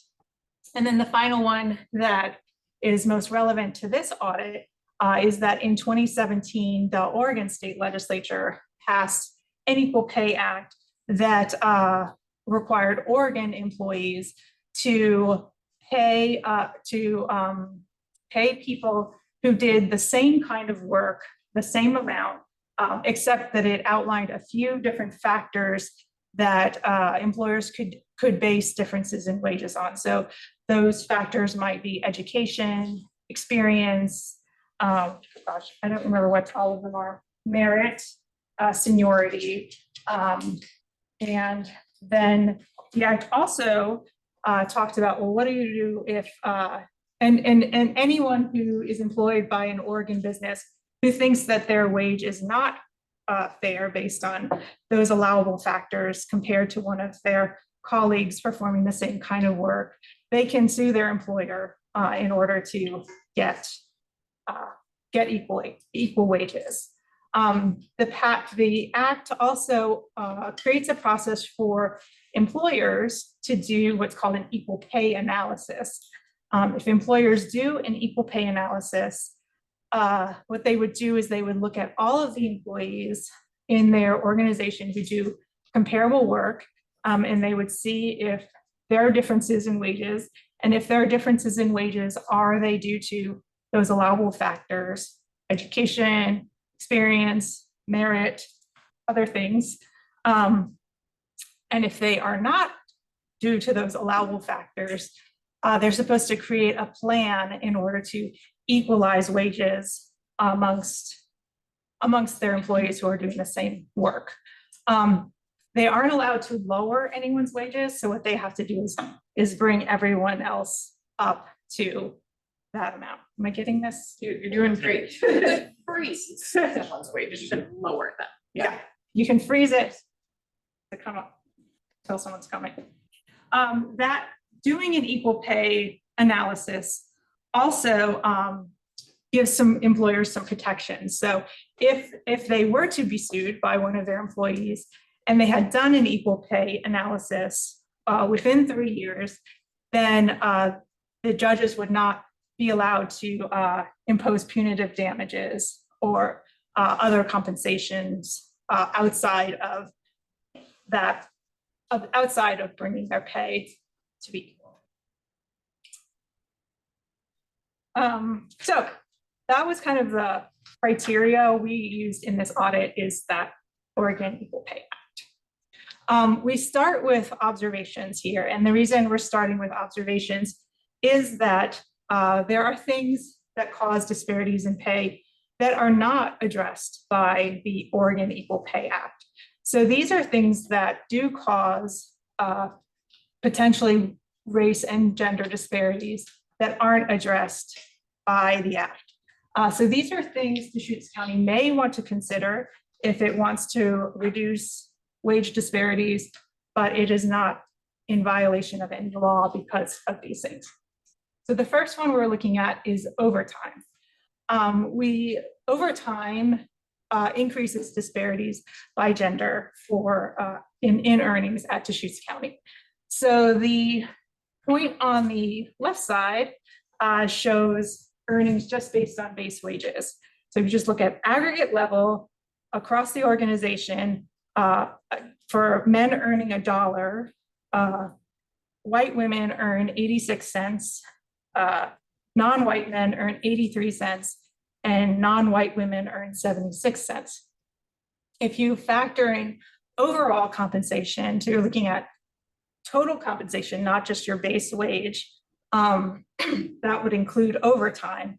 And you can see that it increases the disparities for women and actually decreases the disparities for non-white men. So this is showing that overtime is affecting those disparities in wages. This chart looks at the percent of people who are eligible for overtime who also worked it. So 84% of non-white men who were eligible for overtime worked overtime, compared to 57% of white women who were eligible for overtime working overtime. And this is a chart that actually came from Erin's overtime report, just showing how overtime has changed over the past few years at the county, and showing that it has increased as a percentage of overtime of overall personnel costs. And I think the thing to think about here is that a lot of times when we think about overtime, we're having discussions about overtime, we're thinking about cost and increased cost in budget implications. We also think about burnout, and we think about, are we overtaxing our employees? But we don't necessarily think about, are we causing more inequities in compensation? And so just something to keep in mind as we rely more on overtime, we might also be increasing disparities. Another thing that we looked at was job sorting. So there's a study that's referenced in the audit by Glassdoor, which is an organization that puts together, you can submit your salary and you can look at what other people who earn what you earn. It can go online and see, what salary other people like you earn. That organization says that 54% of the overall wage gap, gender wage gap in the United States is explained by job sorting, by men and women doing different kinds of work, not men and women getting paid different amounts for doing the same kind of work. And we see that here in Deschutes County as well. So what this chart shows, the bottom, the x-axis shows the percent male. This only includes jobs with 10 or more people, because there's a lot of jobs with just one person. So there's a lot of 0, 100. So for jobs with 10 or more people, from 0, no men, to 100%, all men, and then hourly wage, you can see that there is a lot of job sorting. There's not a whole lot of jobs in the middle. And then the jobs that women work pay less than the jobs that men work. That's a good question. Mm-hmm. This probably applies to a lot of these charts. I just want to make sure I'm understanding. So when we look at this chart and see the disparity, there's obviously a wage gap, but you're saying that it's that this specifically, this looking at job sorting by gender is allowable. It's not considered a violation, or Yeah. we don't know if it is. It's allowable. I mean, it's allowable. Well, it's allowable that men and women work different jobs. That's allowable. And the rule of the Oregon Equal Pay Act is that work of comparable character is to compare work of comparable character. So you might think just, well, what's your job class? So this looks at job class. So if you just think work of comparable character means job class, then this would be allowed. It doesn't necessarily just mean job class. It means really work of comparable character. So if there was a job here that was really the same, one's called, cashier who wears a red shirt, and one's called cashier who wears a blue shirt, and they're really the same, but they're on different ends of this, that would be problematic. But so we don't really know which is going on here. But this does show that, at least for job classes, there are jobs that mostly men are working, jobs that mostly women are working. Okay, thank you. I love the graphs, but I was having a hard time figuring out, does this take into account employees that come on board in a certain position, depending on how many years they've been there, their pay increases more? Are you accounting for the longevity factor in there as to whether or not the percentage of some group is earning more than the others? This is averages. So this is average salary. So everyone within that job class, whether you're at step 0 or step 7, everyone's wages are put together. But if you're heavily loaded on longevity issues, that average would be realistic. So if there's a job, if you're comparing a job class where you have 10 people who are all at step 7 to a job class where you have 10 people who are all at step 0, you're right. This wouldn't take that into account, or step 1.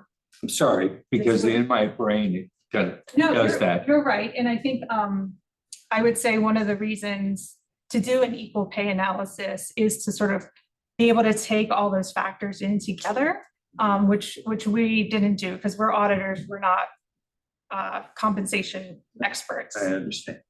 It's nice what that consultant would do. Yes. Company, Yeah.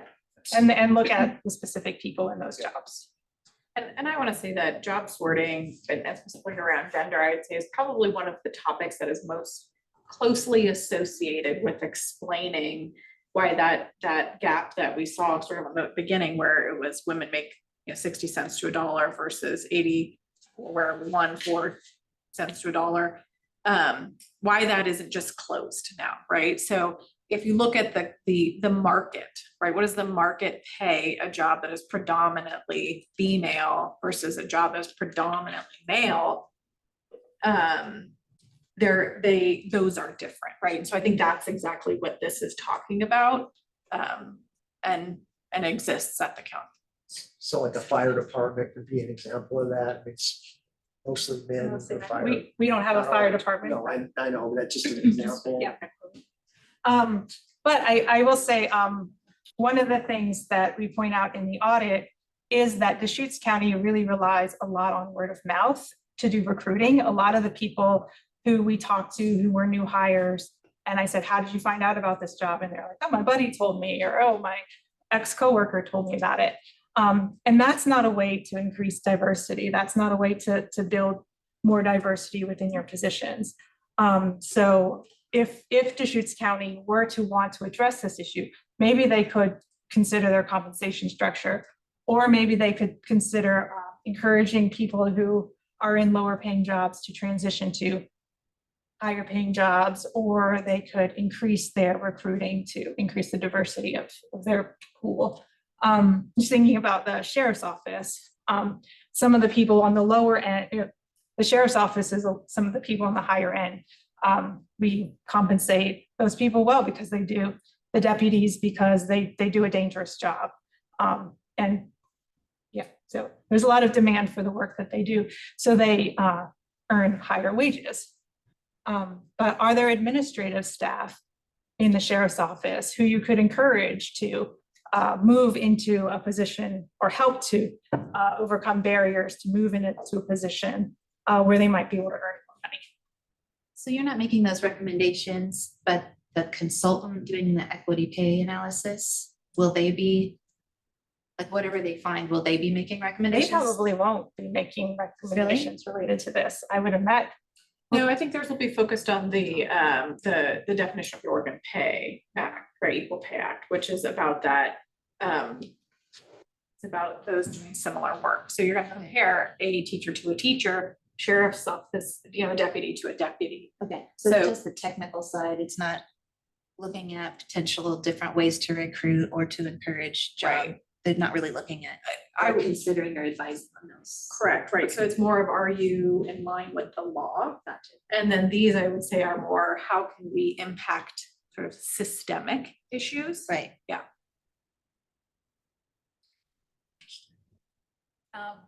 I just, Quick question on the word of mouth recruiting. Was that from like a survey data statistic or just? sure, sorry, I should have gone into that.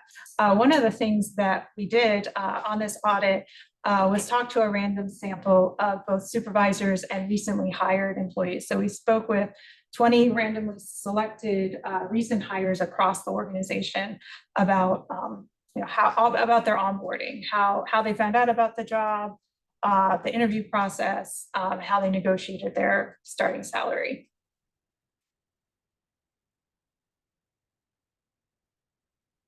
We also saw a pattern somewhat similar related to race, not as strong a pattern.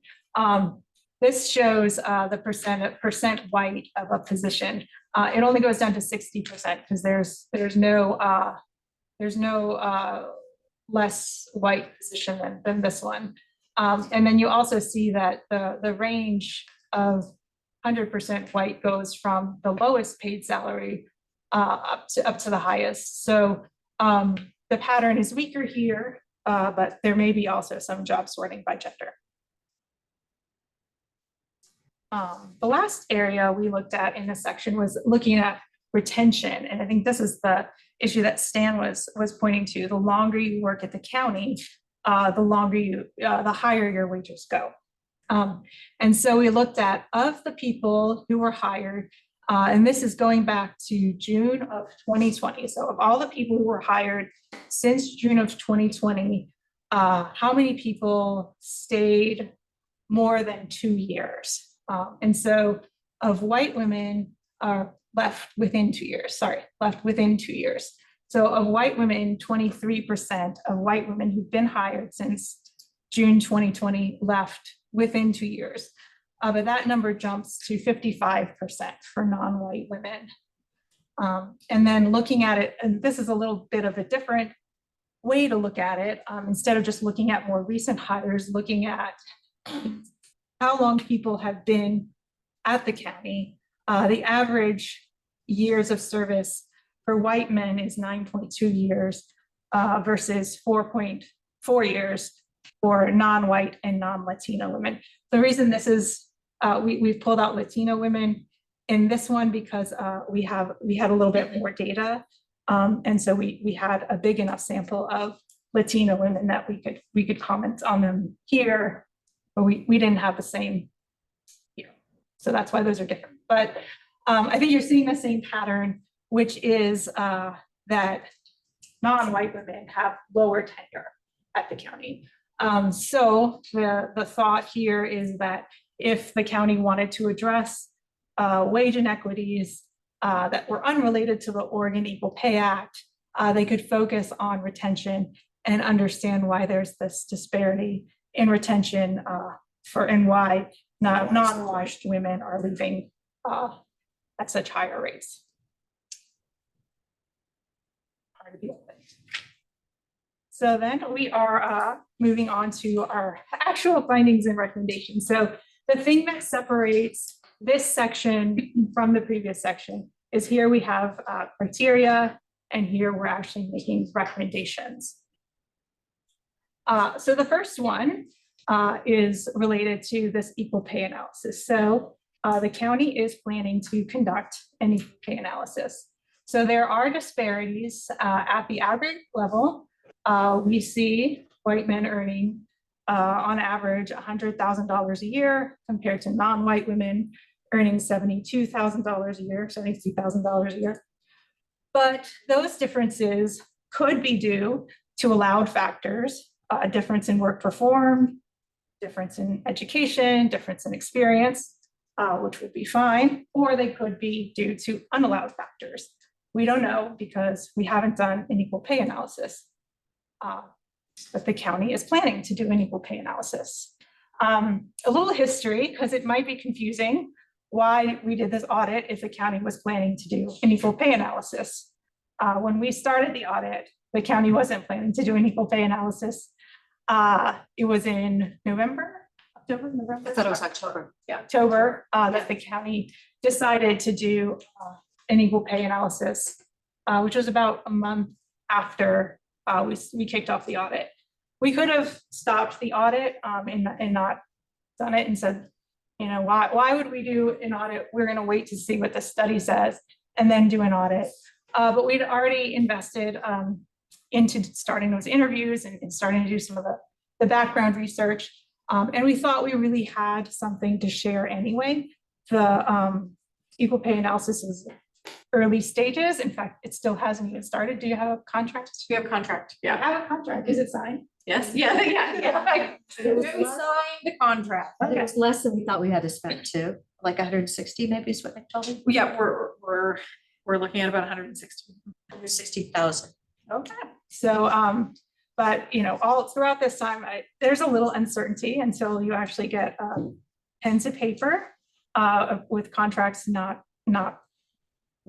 projects that are planned that don't end up being carried out. And we also thought, you know, this was important information to share with the committee and with the public to sort of frame why we're doing an equal pay analysis. And we also thought we would be committed to sharing any of our work with the contractor. So if the contractor chooses to reach out to us and use our work, they wouldn't necessarily need to duplicate it. I haven't talked to the contractors. I don't know if they're interested in using our work, but if they are, we are happy to share. So our recommendation related to this is that the county administration should continue with its plans to conduct an equal pay analysis.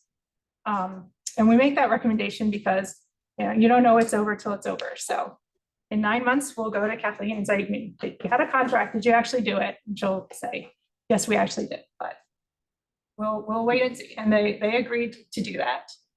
The other thing we asked them to do was to report the results of the equal pay analysis in a format that was accessible to leadership, employees, and community members. And they also agreed to do that. So the next part of the audit is related to the equity review process. It might be confusing. What is an equal pay analysis? What is an equity review process? What is a wage equity audit? So a wage equity audit is this report that we did. The equal pay analysis is the consultant the county is hiring to look at work of comparable character and make sure that any differences in pay are due to allowed factors. The equity review process is a process that HR put into place about the time when the Oregon Equal Pay Act was adopted to make sure that when people are hired at the county and the county is setting their starting salaries, that their salaries are fair compared to people who are already working in the county. So what it involves is if a supervisor has chosen their person, they want to hire the best person, but that person has experience above the minimum qualifications. They may not want to start them at step 1 or step 2 of the pay range. They might want to start them at 3 or 4 or 7 because they want to offer them a competitive salary and acknowledge the experience that they're bringing to the county. But what you wouldn't want to do is you've already got people who are working there.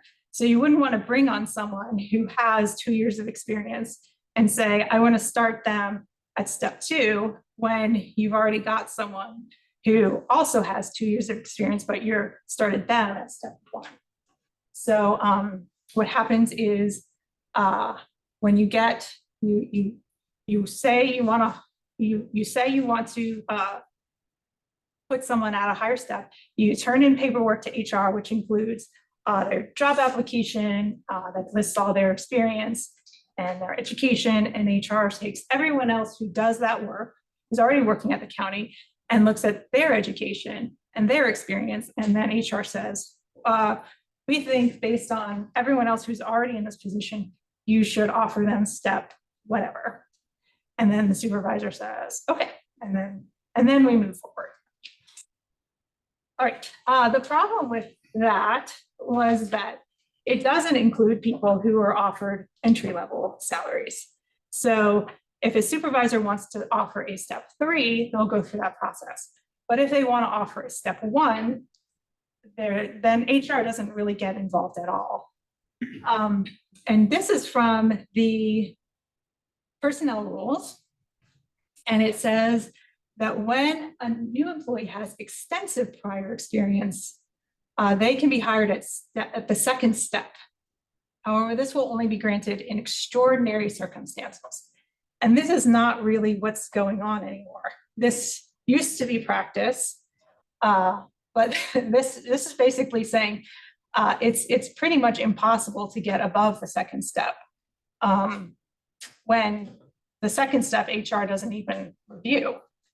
When we talked to hiring supervisors, they said about half of their applicants come with experience above the minimum qualifications, and more people are getting higher steps by going through the equity review process, but it leaves out people at step 1 and 2. And so there's not these personnel rules. If a new hiring supervisor was just to look at these personnel rules and didn't really know that other supervisors are giving people step 3 or 4, they might feel like, oh, I'm a new person. I guess I got to just live with step 1. So our recommendations are to HR here. We are recommending that they should update this personnel rule to include the equity review process, and they agreed to do that. I would add that at least, like, I don't know, how many departments now are practicing an automatic equity review request? Do you know? No, I don't know off the top of my head. I would say that and within departments, there's probably like a high majority. We've actually implemented a process now where we even look at the step 1 and 2s. Right. So, That's what I thought. I just wanted to give you an update. yeah. So I think that, so there are some departments who have just sort of said, we're gonna do this with all of them. And so we're hoping to engage with the consultant to confirm practices around that and update the personnel rules to mirror what we determine. Is it required? Is it gonna be required? Is it gonna be every position, right? So there's a couple of intricacies that we have to figure out as an organization, how we're gonna implement it fully. To be clear, current practice, would we be able to say that typically at this point, a wage equity review is done? That isn't what I found in interviews with supervisors during the audit. I think I found, like you said, there were some supervisors who said, we've been told that we should always ask for the wage equity review. But there were supervisors I talked to who said, no, I always tell people they're going to start at step 1 or 2. So that's still happening. And if everyone starts at step 1 or 2, it's likely not a pay violation, right? If they're all starting at step 1. It's when departments start saying, but this one I want to start at step 3, right? And so that's where we run into some issues and why we should have a more uniform approach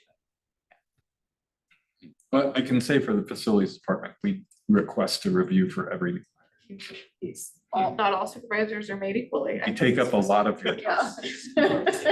But yeah, it really simplifies things for us. Because otherwise you run into all kinds of challenges and it's just fair. I have a question. Yes, I know Nick's not here, but within the report that we received, his recommendation, the response was just generally agree. Yeah, I could agree because we don't really have a generally agree. So Yeah, so I was wondering what that means, because there's no like explanation within the report. In terms of that, we generally agree with that. Yeah, like, what does that mean? Versus So there must be pieces that you don't necessarily agree with? Well, I just don't think that we've done the research to say that it's most of the time not being done and stuff. So we're generally agreeing with the information that came up. Okay.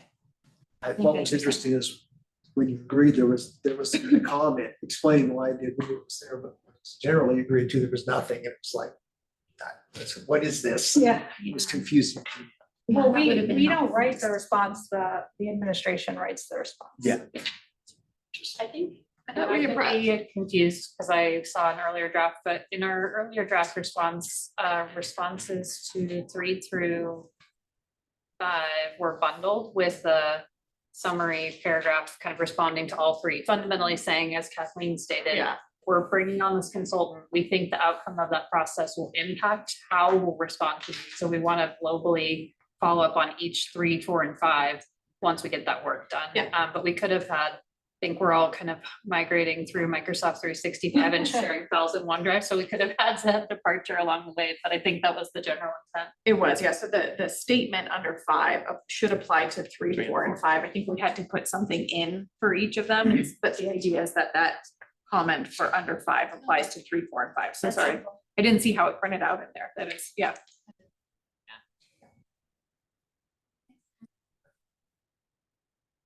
So 3 was to update the personnel rules. 4 was to update the equity review procedures, which is a procedure that HR has directing its own staff to include steps 1 and 2 into their procedures. And then recommendation 5 is for HR to provide more information to supervisors through the supervisor toolkit about the equity review process. HR has a tool online in our intranet with tips for supervisors, like how to do a recruitment, how to check references, how to do an employee review, but it doesn't include any information about the equity review process. So we're saying I should put that there.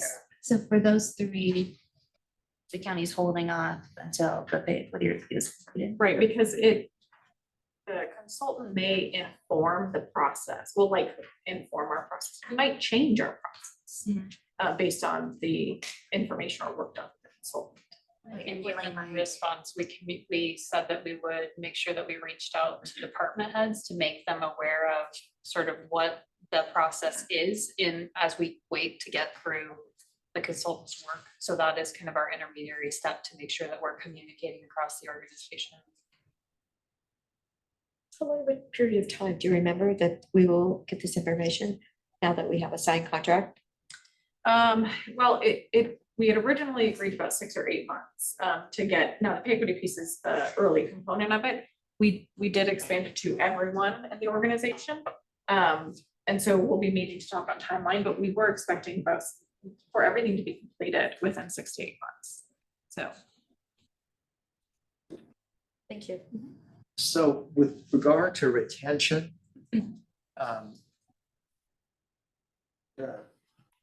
reason why non-white women stay less time in the county than white women do, I mean, just to answer, to get into that, is that the consultant's not gonna do that, right? Yeah, I think that's So where that's, we would, you know, if, so how would you answer that question? I guess, you know, that would be outside of this audit, but I think you would do exit interviews and find out why people are leaving. Try to make. And there the may be county- an exit interview process. There is an The county exit does. interview process. Yeah, I will say it's highly requested for people to complete them. And so it could even be that our sample, right, might not be an appropriate representation. I know we've been actually kind of talking about that internally because this audit really highlighted that piece. And so I think that we want to find ways for us to specifically hear that voice, right, in the exit process. Yeah. That'd be worthwhile information to have. I agree. Do we know how the makeup of county employees compares to that of Central Oregon or particular Deschutes County itself? The population Bring that at up. large, We do, Compared to other municipalities? or just what's the general population breakdown versus employee breakdown so by for. race and gender? For the Equal Employment Opportunity Act, the county is required by the federal government for certain grants that it gets to report on that information. It's hard to read because it's very compliance based. So, but the county does report it as performance measures, the percent of non-white or minority. We look at minority and then women. Compared to the county, and also looking at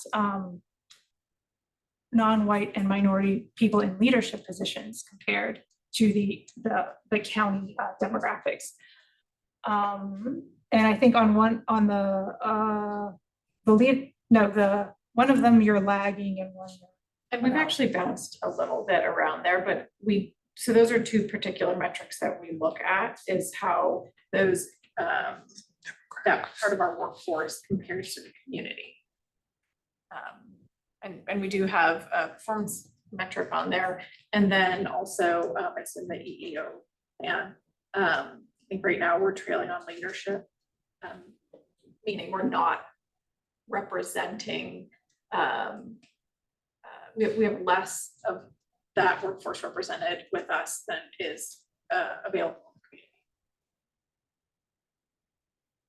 But we're leading in the other, we're leading. We are meeting. Yeah, Oh, we've not so we're led very much. Open it up to, that's all the reporting we had, so I thought there are other questions. Sorry. So I'm just gonna acknowledge that I spent quite a bit more time with this report than I generally do because I'm very interested in the topic, and we had conversation when we originally requested this. So I did spend quite a bit of time on it and wanted to bring up a couple of things. So this, first I'll say the presentation that you gave, I thought was very clear I understood what you're doing, what recommendations were, and the message made sense. But I don't feel like the report as it's written has that same kind of message. It's kind of confusing and some of the wording comes across as defensive. So I don't know if changes can still be made to this, but I just wanted to make that statement, I guess, make that point. Are there specific places that you felt like there's a difference in that message, or is it is there a difference in the overall message that's coming from the written report versus presentation? Yeah, so the way I took the report when I first read it, starting with the front page and the topic, and that makes sense to me, but it's really in that first summary. Message is not clear. And there's some language in there where I immediately got my hackles up because to me, it read as, okay, we've done some analysis and we know there's some gaps out there, but we feel like there are likely reasons. This isn't exactly what it said, but there are likely reasons that explain this. So county probably doesn't have an issue. And that may be unfair. That's the tone. And some of the wording gave me that reaction. So I read it differently.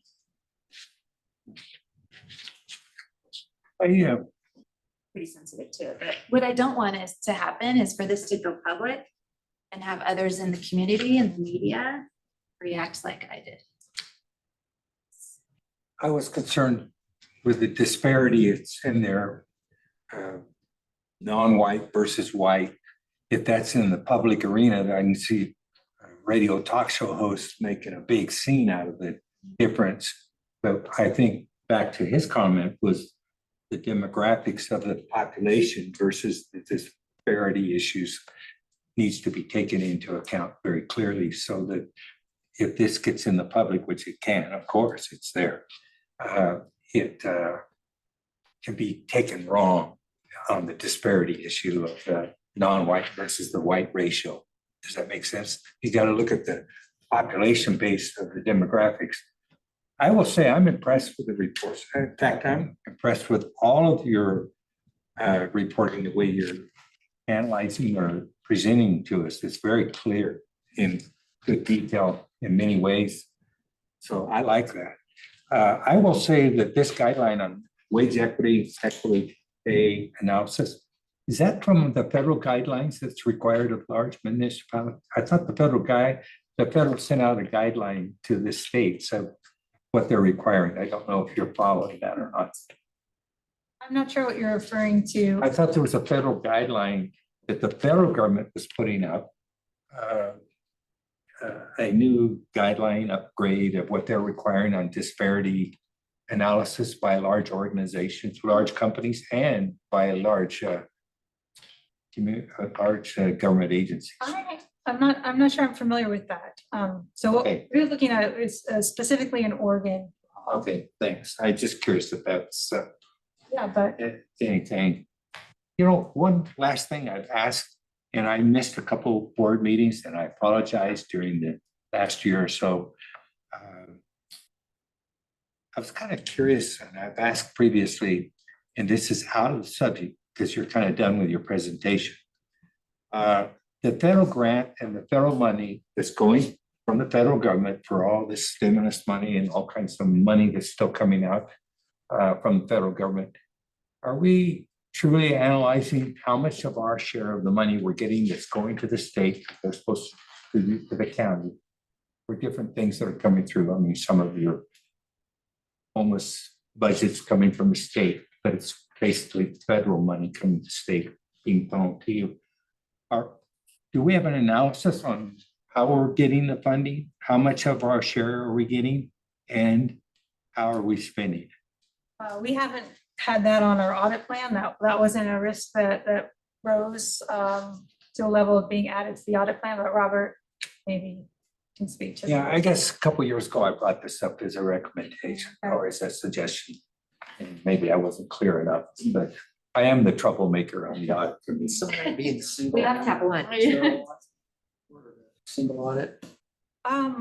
I think that single audit would report on how we spent the money, and if we spent it according to federal guidelines, I'm not sure it would say whether we got what, We're supposed that to we get. maximized our revenue. But I do want to kind of go back to Summer's point. I mean, I think we have, it's actually interesting, it's not really clear to me.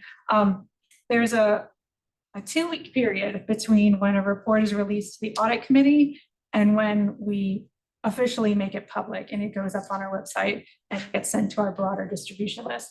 And I think we've never actually taken advantage of that. But to Summer's point, I will say, and I'm, you know, I'm new, that the summary, the executive summary, it doesn't say a lot. It's just sort of there. It's just taking up space. And part of that was just that this is a hard thing to write about. And it was really hard for me to kind of hone that message into a place where it said something meaningful, but also didn't, to Stan's point, push too hard and say things that were unfair. So I think that, you know, I wouldn't want to go back and reopen the whole report. And I think the recommendations, I probably wouldn't want to jigger with too much unless there were serious concerns. But I do think if the committee, if there are other people in the committee who felt like the executive summary didn't say enough, I'd be interested in hearing what other people thought. And I'll just say, I don't think it wasn't that it didn't say enough necessarily. It was more just the tone and the phrasing.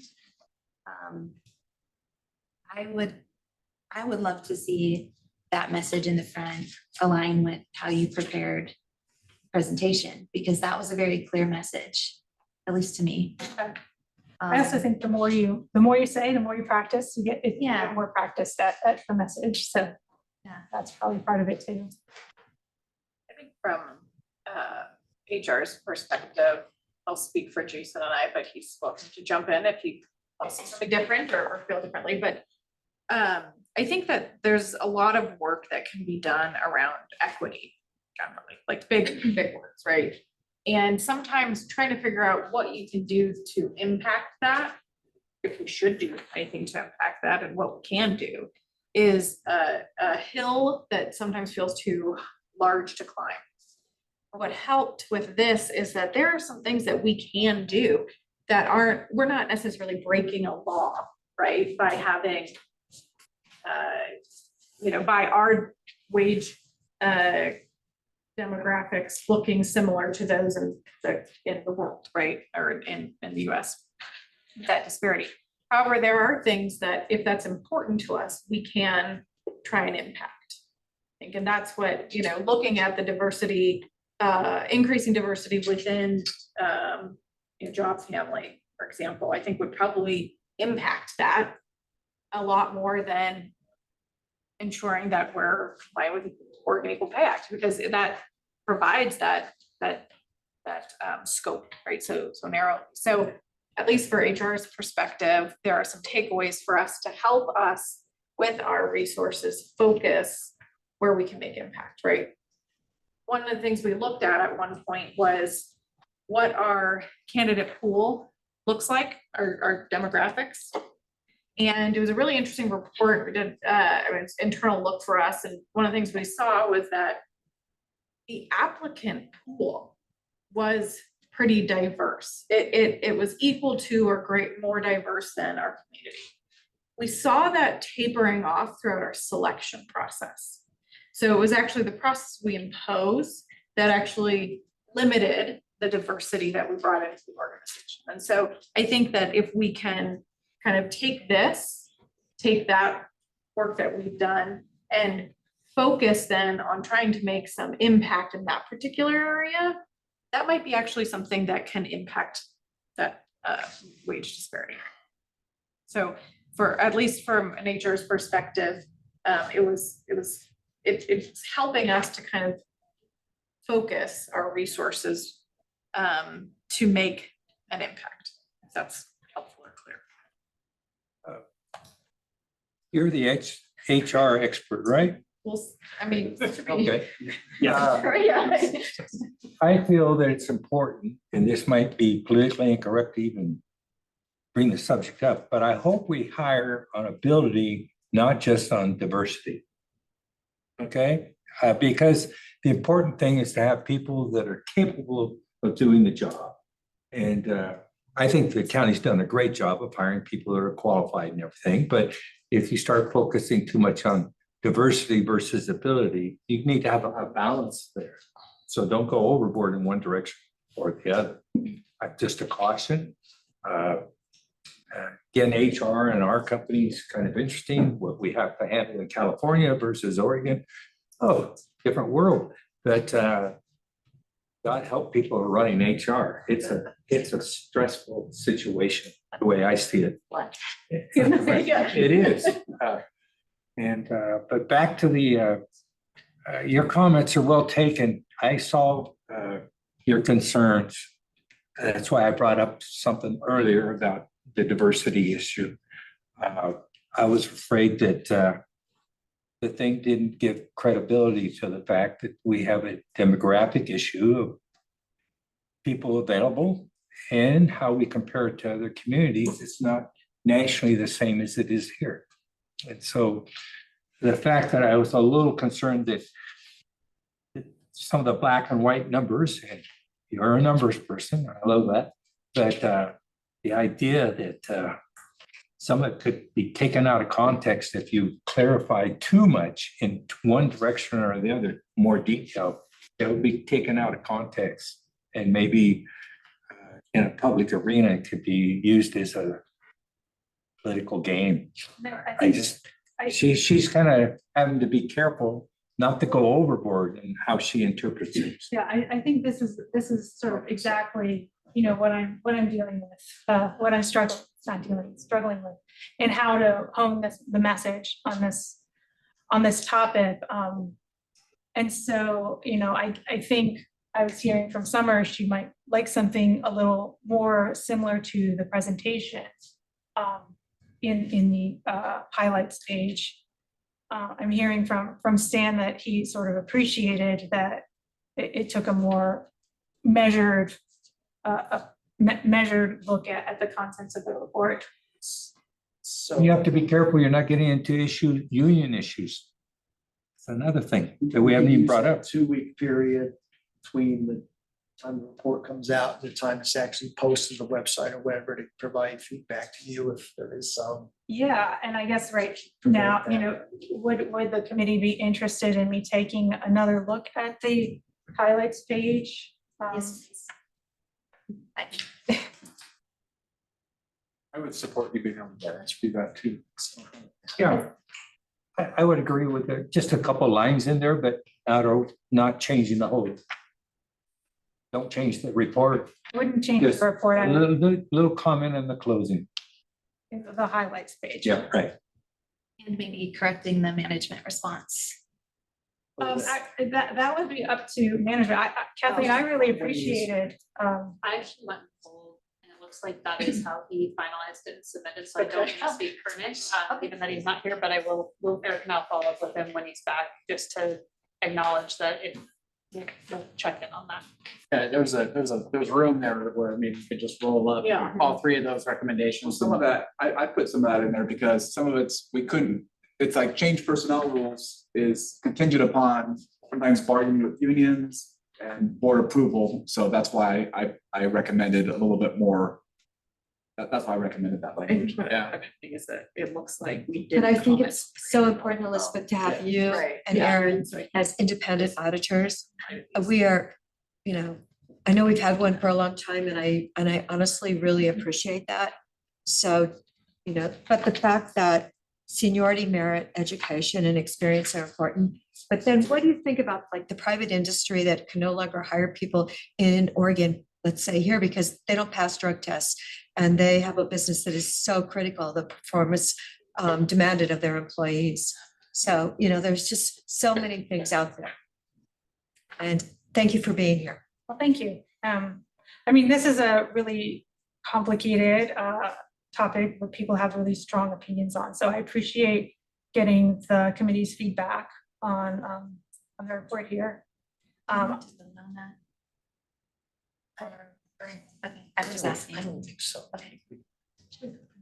Yeah, I think we just have an opportunity within kind of our procedures to have this kind of 2-week window, just within our procedures. I don't know if it takes a motion or anything formal to do that, but I think that we have an opportunity to kind of make some edits and tweaks and adjustments before full release. I don't want to feel like we're mandating that you have to change this wording kind of thing. That's not what feels appropriate for the committee to do, but. Yeah, no, I appreciate the feedback. And we do have this built into our process. It's built in for a reason. And so I'm glad that we're getting to use it. So Nick is out until the middle of next week. Until Tuesday. Tuesday.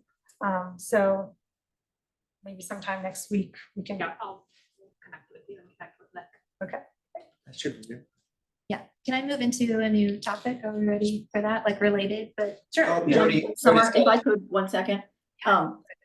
When I read this report too, I think one of my main takeaways is that because the county is going to be doing the full like equal pay assessment, right, and have the consultant, we're so used to as being part of this committee, the report that comes out kind of is the end, right? It is more or less the end document. Yes, there's recommendations, but it feels a lot more resolved. I think some of what when I read on this too, this is only about 5% of the work that's going to be done, right? But if somebody takes this and it's just looks at the title and they just kind of look at a snippet, it's almost more like, in a way, like what Summer said of, okay, there's some issues, right?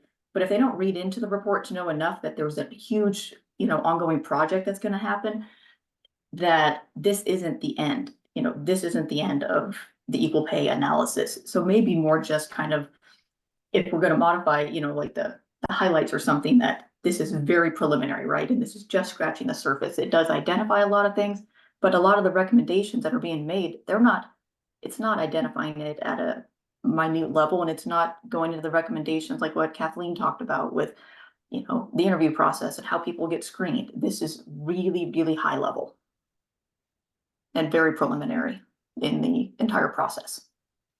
I mean, I feel like it isn't that preliminary of an entire process. I do feel like we have something to comment on, and I do feel like the processes the county has in place right now do need to be fixed. I think there's real problems with the equity review process. We have our, like as Aaron was speaking when he talked about the global follow-up, our status completed recommendations, our status is resolved. So if the county substantially, addresses the issue, whether it's, an exact, fixes all the problems we saw here, or they start a new program and they, and that process doesn't have the issues that this process had, that would go to resolve as well. So, I don't want to minimize also. I don't want the highlights to minimize the work that we did either. Yes. Correct. And yeah, I didn't mean to minimize what's been done. Clearly, a lot has been done. Like I learned a lot through the process, especially like the starting pay. That's huge. More just kind of a stay tuned, right? Yeah. Okay. Stay tuned. More to come. I can work that in. Yep.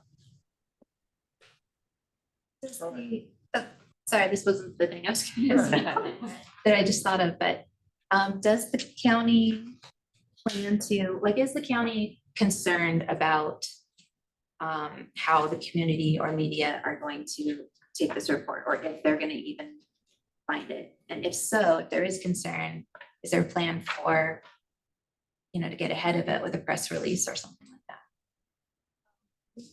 that? I would direct that to the county. Our plan was just to go through our normal process. And if the community, there's if they're interested, something then comes up. Yeah, so just for write it out. example, when we put out the Expo report, we got calls from the media about it, and that's how that happens, not a separate press release. So I'm not a relational type person, I'm not community relations, but and I don't know if anyone in here is really It's me. Sorry.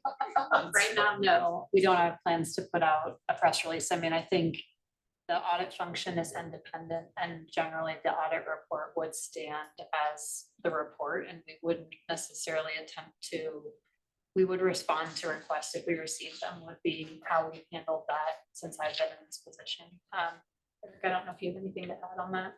Or that and the management response stands And for I think itself too. that's also what we would, if media had questions about the county's response to the data or the observations, the findings, we would point to the management response as a great starting point to kind of understand where we are in the broader process and what that process is intended to do. So just in general, what I'm hearing is that the county as an organization wouldn't necessarily intentionally publicize or make public anything that comes out of the internal audit function. Do I understand that right?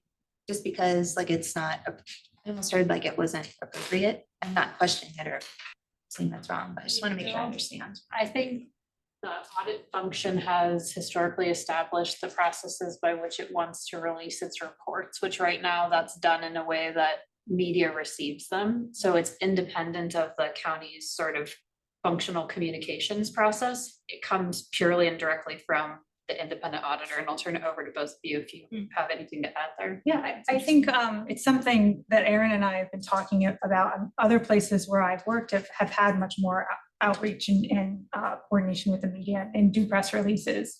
And that's something we could do and we've got it on our internal work plan to think about a communications plan. It's not something that's been done historically. So that's in lieu of having a real communications plan and process in place, we're just gonna fall back on that. Just throwing it out there. Okay. Okay, so the other thing I just want to bring up, and I've talked with Daryl about this, but Patty, to your point, mentioning how important the independence of the internal audit function is. When I read through the report and then, thinking this is coming from internal audit and then the responses are from county administrator and HR, which if I understand correctly, internal auditor reports to.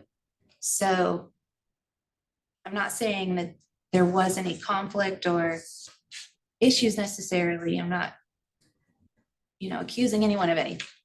I'm just saying it kind of just set off this flag of, that could have been a difficult situation where internal audit is bringing up and pointing out issues and reporting on issues that are under their supervisor's purview. So, so there's the independence issue. There's like a communication thing where, again, not accusing anyone of anything, but I could see where the communication would be really difficult between the internal auditor and their supervisor, whoever that would be in an organization. And so I just want to make sure that we're protecting the internal audit. Yeah. Protecting the internal auditor and the county administrator in this case and the organization. Yeah. I just want to clarify, I pulled the county code related to internal audit. And the internal audit reports functionally to the county audit committee Okay. and administratively to the county administrator. Okay. So the way I see that is the county administrator is not the supervisor of the internal audit program. Okay. The county administrator approves time, the leave time, more like the office stuff, and helps coordinate the review, but I don't see the internal auditor reporting to the county administrator. I hear that. I did notice there is one thing in the code that says that the internal auditor serves at the pleasure of the county administrator. I don't know. If that's an issue. It says that they serve at the pleasure of the county administrator, but any hiring or discipline or terminating would require majority vote of the audit committee, the public members of the audit committee and the board. So the serving at the pleasure might be a bit confusing. It's kind of contradicting, I think. Yeah, it says the county internal auditor shall be appointed by or dismissed by the county administrator in consultation with a majority of the public members of the county audit committee and an affirming majority vote of the board. Yeah. I think that language likely has to do with the way our processes are set up internally, and that you'd have to, in the system, have a person that is the hiring manager. I mean, Yeah. Kathleen and Eric, feel free to weigh in, but I'm guessing that's kind of the source of that language. Yeah, I mean, it's kind of like, even though the auditor reports to the audit committee, we use the county administrator to help facilitate the performance review. Yeah, that's. The auditor independence is tricky Yeah. across the country, right? Because an independent audit shop is an important function, and we talk about it in that way, that it's independent.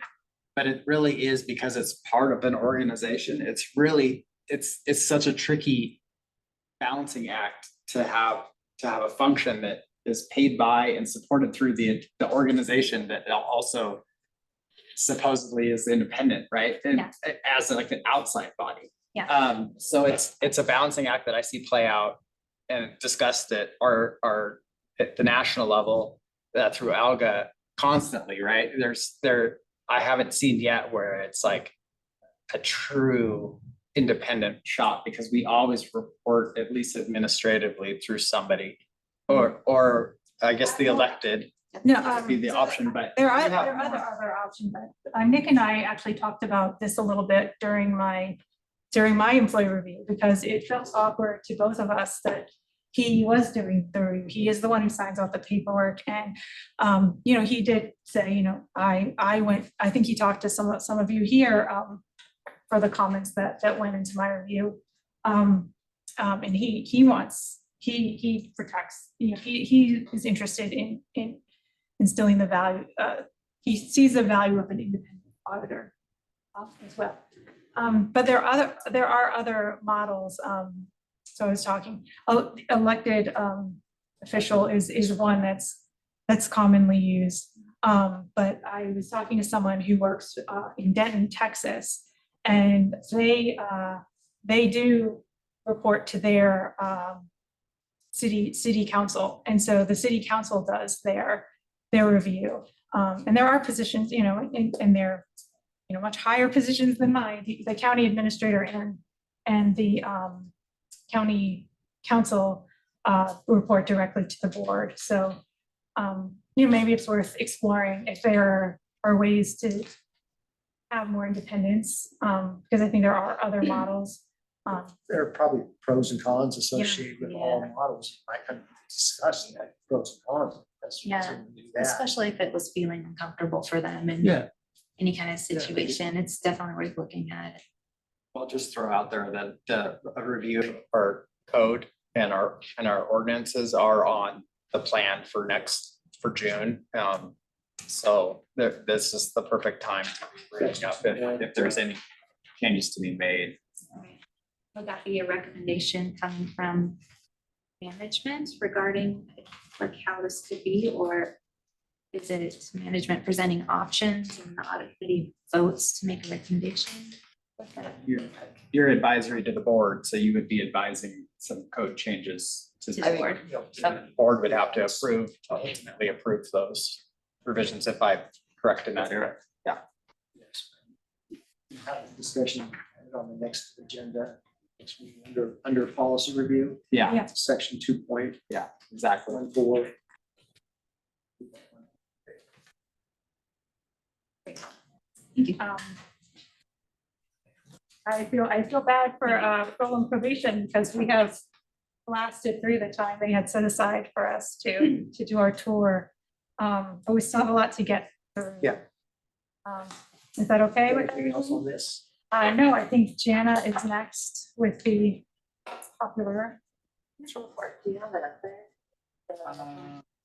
Do you have it, the Pepper slides? I didn't get. It's not slides, the report.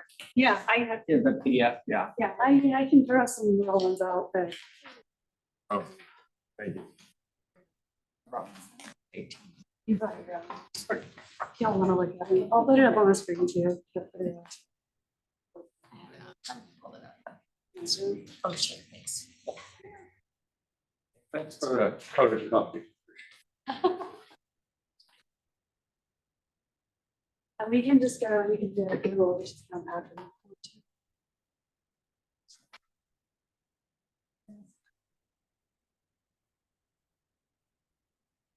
Yeah, I mean, not all organizations do this. They just get that 200-page document. Like, what are you really trying to tell me? Yeah, that's really good.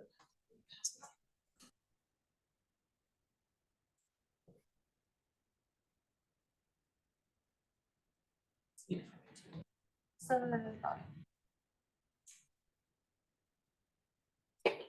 popular annual financial report is basically like a 10-page summary of our annual financial statement. So really high level, runs through, does a lot of trend analysis over like 10-year periods.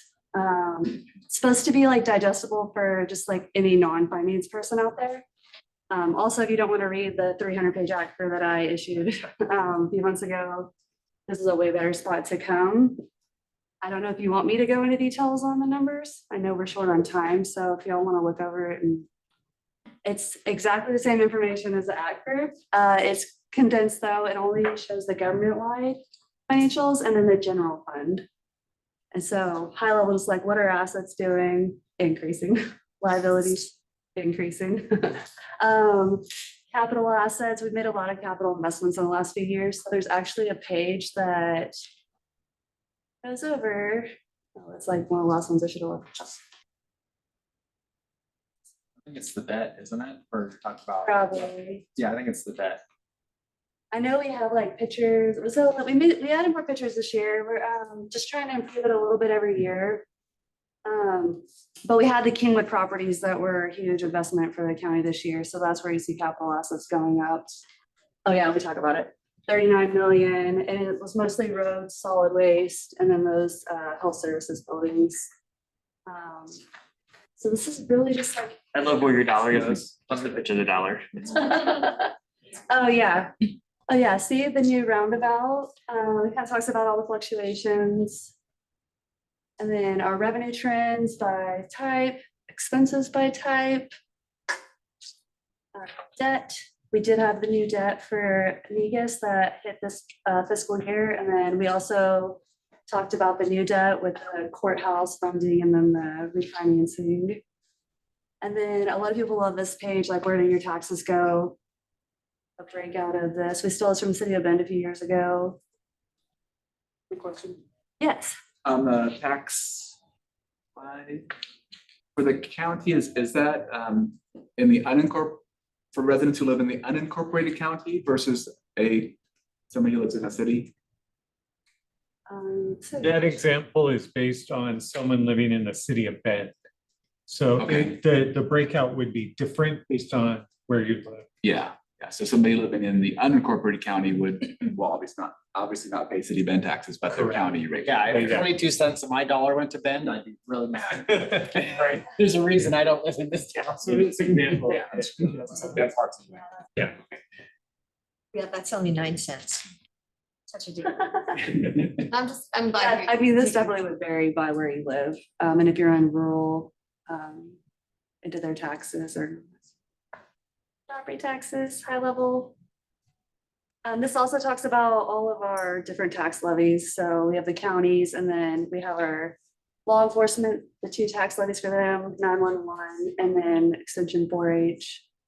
So those are, we also issue component financials for all of those tax levies. And you can, if you Google Deschutes County component, they will come up. They're all there. So we actually issued 6 financial statements this past year. For fiscal year 23. So this is just giving demographics that I think a lot of people find interesting. I found it interesting, just, and especially the bottom one. I think that's a good reminder for me as the auditor. I always think about the growth of the county as an organization and how much FTE we've added recently, but then to see it compared to the population growth and the fact that we're still going down, it's kind of like, it kind of resets my perspective on maybe our staffing levels. Efforts in that area. Is there a target for that number? So, unless, Just curious. Because of like the service level. yeah, Comparisons. But I'm just glad you guys take this on, because after doing ACFR, Yeah. you're probably really tired. But this is the actual document that, not that your ACFR is not understandable, but people without that background, this is Yeah. a nice thing for residents to actually look at and have some sort of understanding.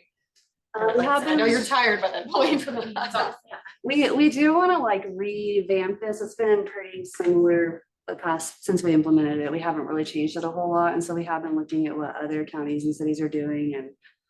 And also we've been working on getting it distributed more. So taking it to the chamber, to the libraries, and then just having it downstairs and just dropping it off a bunch of different places, like hoping people actually see it. That's like our GFO, that's the comment GFOA gives us every year. They're like, you need to get this out to more people. How do you actually get them looking at it? I will say that for me, it's my third year. Going into my third year, we got an ACFR tool, which should reduce the amount of time to prepare the ACFR, and then we'll have more capacity to like make this even prettier. Is this distributed at any schools, high schools or? No, that's a great idea though. We did Make them this, read it. we did Make them this read it, year, yeah. distributed it out on social media. Okay. The counties, pages, and then try to forward them and repost and. TikTok.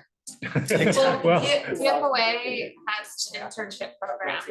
So your partnership with the younger folks, I know engaging local government leaders did a program similar to that, where you have NPAs that are of a younger generation and flash your pictures and maybe less words. That's always awesome. So, because I'm not creative.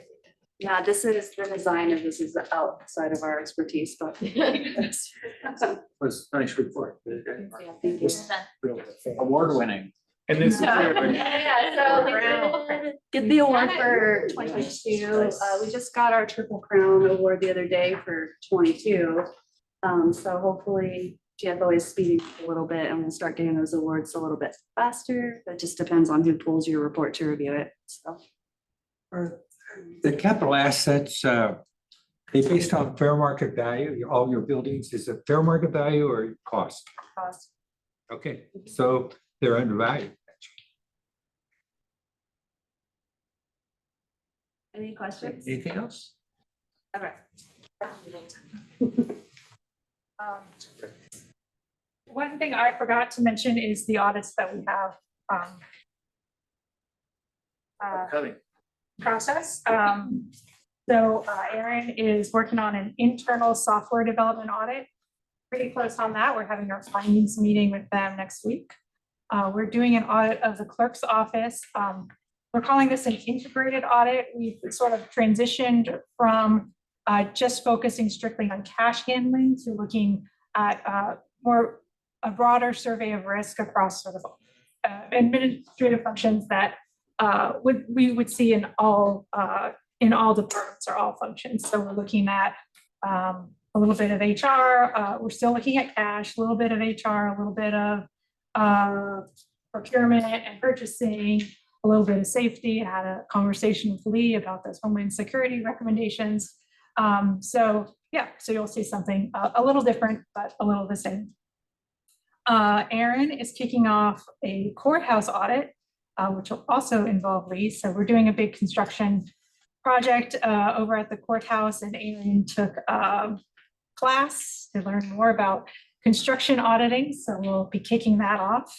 And then we also need to kick off an audit of our health benefits third-party administrator at high cost claims. That one's very early stages. I'm going to kind of skip some of the special topics.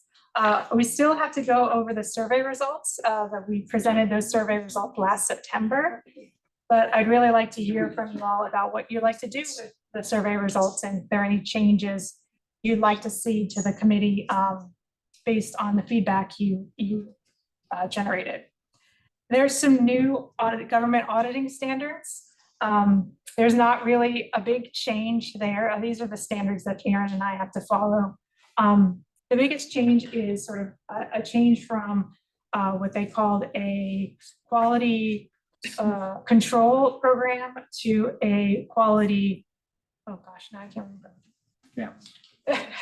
Anyway, the biggest change is that instead of the standards telling us the components that need to be included in our quality assurance program, they want us to do a risk assessment of our quality, in various areas of our audit function, and then develop a quality assurance program that's more tailored to us. So over the next year, Aaron and I will do that risk assessment, and then we will develop a new quality assurance program. We're required to have that implemented by December 2025. So we'll be on track. We're going to be updating our policies and procedures also based on that, and our peer review, which will be next fall. So those two things will happen.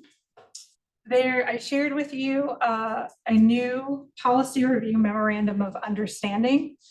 This is based on something David had always done, which is when administration comes out with some changes to countywide policies, David, they would route them through our office, and we would chime in, just here's some things we think you could add, or here's some things that we think are confusing, or here's some things that we wish we could see. Whenever we're making recommendations, we always wish we could point to something like this. And that was fine, but our auditing standards require us to not take on management functions. And a little bit policy design and chiming in on policy kind of pushes towards that line. So we put together just a MOU between us and administration, just outlining, here's when we're going to give advice. And we've also included a disclosure, which says, this is just our advice. You're still responsible for this. You're responsible for the policy, just to make sure that we're independent. No one will come back and say, well, the auditor had their seal of approval on this policy. Now you're saying it's wrong. So that's just to let you know that happened, and that's in the meeting materials. This one I do want to talk about, but I don't think I'm going to pull up the slides. But I do want to take a little more time to talk about this one. So that's the proposal to expand the transition audits to include departments in addition to elected officials. We have traditionally sort of whenever an elected official turned over, audit would go in and meet with both the current elected official and the new elected official to talk about the transition. We would look at transition plans, look at revenues, look at HR stuff, look at asset management. You don't want anyone like walking off with a fancy camera or something like that. And then give recommendations to the new elected official based on what we found sort of during that transition. A lot of our recommendations would be related to things like, you should have a transition plan, but also sometimes we see contracts that need to be cleaned up. Maybe someone has developed relationships with certain vendors, and then those need to be formalized again, or things like that. Our proposal is to extend that to not just be elected officials, but also department heads. The past 2.5 years, we did one for the DA's office, and we did one for the treasurer, which was treasurer/finance. So Robert was involved in that. He was a department head and not an elected official. But we missed out on some department heads in the last 2.5 years, including forestry, solid waste, and IT. And we think it would be great to add department heads to this. It's kind of I think it's a good introduction to internal audit to a new department head. You kind of get a little plan. They get a little plan of action in their early days. And, someone to just have done that high look and give them something they can hold on to. But on the negative side, it takes time. It takes our time away from our other audit work, and it takes their time when they're struggling to get their feet on the ground. But we think it's worth it, and we would like to post to you that we think it's worth it, but we would like direction from you, whether you think it's a good idea or not. I think it's a great idea, but I do worry about the workload. And, I understand this is a risky area for the county. And I'm concerned that other risk areas are not going to be able to be addressed. See these as fairly small tailored audits. I don't, Okay. they're gonna be less than 80 hours of our time to kind of go through the motions, ensure that continuity. Again, these are gonna be mostly, departments come in all shapes and sizes, so but most of these, even like with the DA's office, it was a fairly quick process. DA's office has had a history lately of a lot of transition. So they're pretty good at it. They know what to expect. We've already done fiscal audits in that area, so we don't need to repeat that work. Some of these other departments don't do any cash handling at all, like IT. So that aspect would be kind of shelved. And so we see these as kind of like kind of agile audits where we're going in small, specific to transition procedures and some of the good, maybe legal requirements or anything like that, just to ensure that continuity of leadership. I worry about the workload because these are not as predictable. Yeah. When an election is gonna happen and the person outgoing kind of has a timeline of when they're That's definitely a leaving. risk. Someone Yeah. just leaves. Hopefully it's not noticed. How that goes. It's harder to, it's like, all of a sudden I have to come up with 80 hours to go in where the elected officials, it's kind of planned. So I'm just wondering, Is there that a seems list- harder to work in. Is there a listing of the departments that would qualify for this? Currently, there's an announcement out that the Veterans Services position is leadership. How many of departments are we talking about? We have no idea. Again, to Kristen's point, those are harder to predict. No, Unless- how many are an overall structure? How many departments? We generally Yeah, say how many there's, departments are there? Yeah. we generally say there's about 20 departments. There's different ways of categorizing. Right. Veteran services is some people call it a department, some call it a function of admin. Right, so yeah, So if you there's- start getting a gray, if you don't There- like there's- define what a there's a department handful. is. There's 22 departments if you're running for office. There's a handful of And some of them areas are that- had by women, so that's 32%. So anyway, yeah. No, there's a handful of areas that are maybe a department, maybe not. Natural resources, risk management, veteran services. Because those are part of. That's a good admin. idea. We won't really know if it's an issue. Too so, broad. Yeah. Kind of take a look at it, That's determine how true. much And- work there and- is, and and we really don't know. I think also, if we had a really high risk audit that we were engaged in, we could choose to not do it, or half of the department heads quit tomorrow, we could say. Not prepared for that. Maybe when we review the audit plan for next year, we talk about this again and maybe put a couple placeholders in there.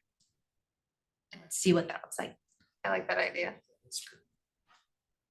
Hopefully you're not doing as much work as you were doing in the past years. Yeah. Maybe not that, but there was a lot of that previously. There was Some, some. more room for audit work. Sure. Before you move on, it is a little after 3. Yeah. I don't know how much longer it'll take to get through everything, or if we want to adjourn now and have another meeting, special meeting to address the rest of it. If I could get through it in How much another time 10 it'll take minutes, and how much- people are willing to sit there. Is that okay? Okay. Keep going. I included in the packet our internal audit goals and objectives, and also including a crosswalk between the old goals and objectives. I do want to note that the goals and objectives were adopted in 2011, so it's not like something that we've been revisiting a lot, but Aaron and I This, starting with a new auditor, and he's relatively new as well, wanted to go through those. So if you want to take a look at those, and please give me feedback on them. And we can present those again next time, because I do think the committee needs to adopt our goals. Yeah. Yeah. And the prior revision was 2010, so it's been, might have been some change since 2010. Oh, this is normal. We did something the other day from 2007. This is good. We're getting up to date. Wanted to also share the budget with you just quickly. So the auditor's budget is not, is pretty standard for the most part.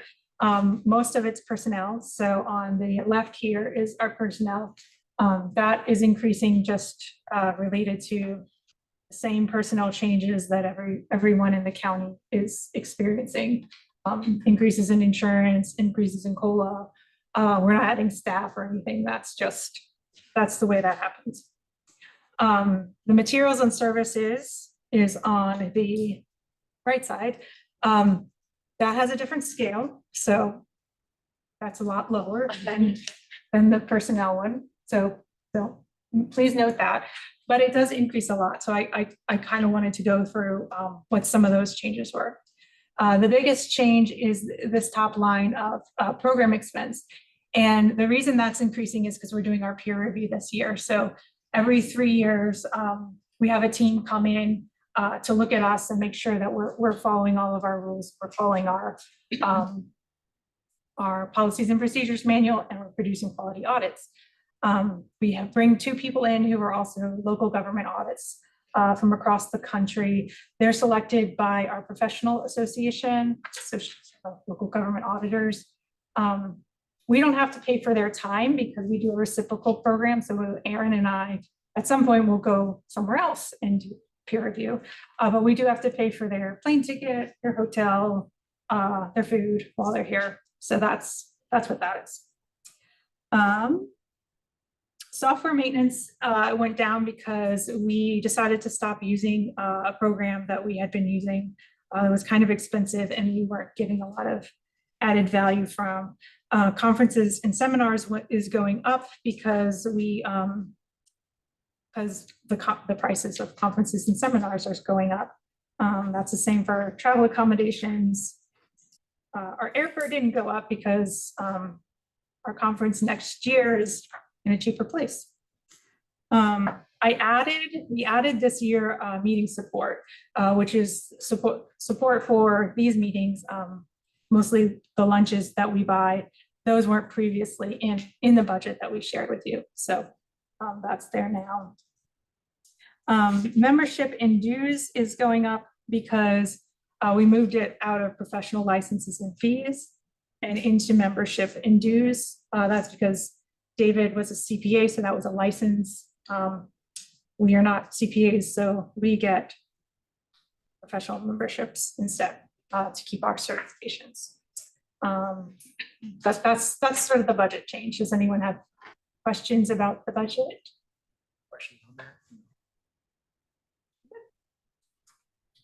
So I have things on the budget, but are you done with this presentation? Yes. Okay, so Daryl, it's gonna take way too long. Because as I've done in the past, I have things I'd like the committee to consider recommending to the board as they prepare their budget. Okay. So I want to talk through those things, if that's okay. I think But I it's don't know. probably too late for this year. I mean, I wasn't aware that there were things you wanted to add, so that probably would have to happen in the December meeting in order to get incorporated into the budget proposal. Okay. So if we talk about it in June, then we'll have plenty of time thinking about those things. Okay. Has the county ever considered a biennial budget? More just curiosity. Yeah, decided not to. Yeah, and the board has asked about that, and obviously there are sessions at OGFWA next week on biennial Yeah, budget, that's pros right. and cons. So I do plan on going to that. It's a discussion. I don't know long-term how the history has gone at the county, but That does come up every now and then, and there are pros and cons Yeah. to that.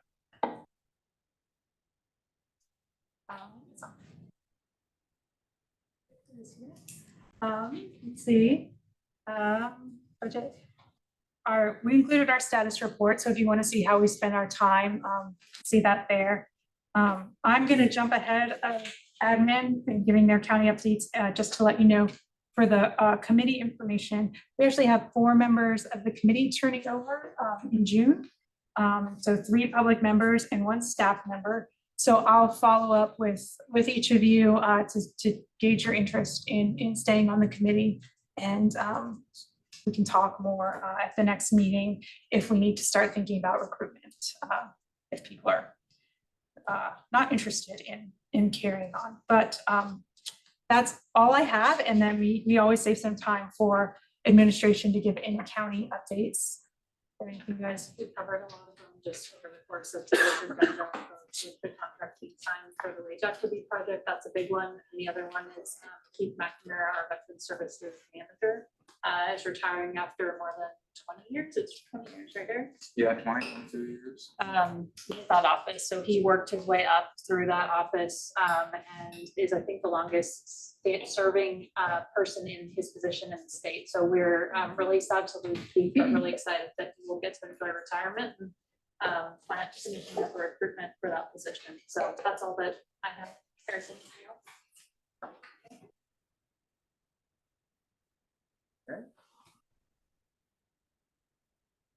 Then committee information. Yeah, so the committee information is mostly just for your information. So there's a document there that's linked from the agenda. But all I wanted to bring your attention to was that we have some terms expiring. All right. Other discussion items. We had a little conversation about the regularity of our meeting quarterly. And since there's a lot of additional work, a lot of work coming on board with the internal auditors, that maybe we meet more often. And so is what I've asked Elizabeth to do, is to send a survey out to you, kind of to get an idea of what would be a good meeting schedule in the future. Leave it the same. Monthly, I think is too much, but maybe bi-monthly or something more than quarterly might make I more think for sense. the past couple of meetings, we haven't got to our agenda, so. There's something to think about. Certain times of year, it seems like there's more. Yes, exactly. Yeah, September is usually a really, really light agenda. March usually is too, except for this time. Historically. Every year, September. It's been really light. Yeah. I will say, I felt like the intermediate meetings were helpful. So Oh, yeah. for those Those were definitely good. Yeah, and I encourage you all to attend, and we want feedback any way that works for you. So if you want to fill out the survey, please fill out our survey. You want to give us a call, email us, want to go have coffee, come to our check-in meeting, come to our audit committee meetings. We want to hear from you. And then finally, the audit committee survey results, next steps. We didn't really get to that today. So why don't we bring that back to the next meeting so we can have that on to do that. Is that timing okay? Is that Yeah, right? yeah. And if not, we can do it later. We can get to that, so. Oh, I have one other item. Congratulations to Aaron. He won a Knighton Award for his continuity of operations report. Wow. Well done. I thought you were going to say like a night in Las Vegas or something. I Oh, he won a night in Las Vegas. Yep. So, yeah. Let's place on there. One last item that I always, because of other committees I'm on and other organizations, are there any pending lawsuits, large ones, that the audit committee should be aware of? That you're aware of in your different departments? Are there anything giant looming out there? I don't think they're audit committee. I don't think that's the role of the audit committee, but I'm happy to discuss. Well, I mean, I'm the risk manager, so that's why. Okay, well, come and see me if there is anything serious. I mean, there's. I usually, in most audit committees, they do bring that up. Yeah, As As a part of our condition. audit standards, ask that question. Yes. Each engagement, we definitely ask that of our Yeah, audit. there's a lawsuit and it's scheduled for in Portland next month related to a jail death. Okay, thank you. Sorry to be a troublemaker. Anything for the good of the cause? It's 3:15. So Thank you, everyone. Thank you. Yeah. A lot of. No. It's still having a tour, like what you're doing. How's it going on the roundabout? They cleared that up?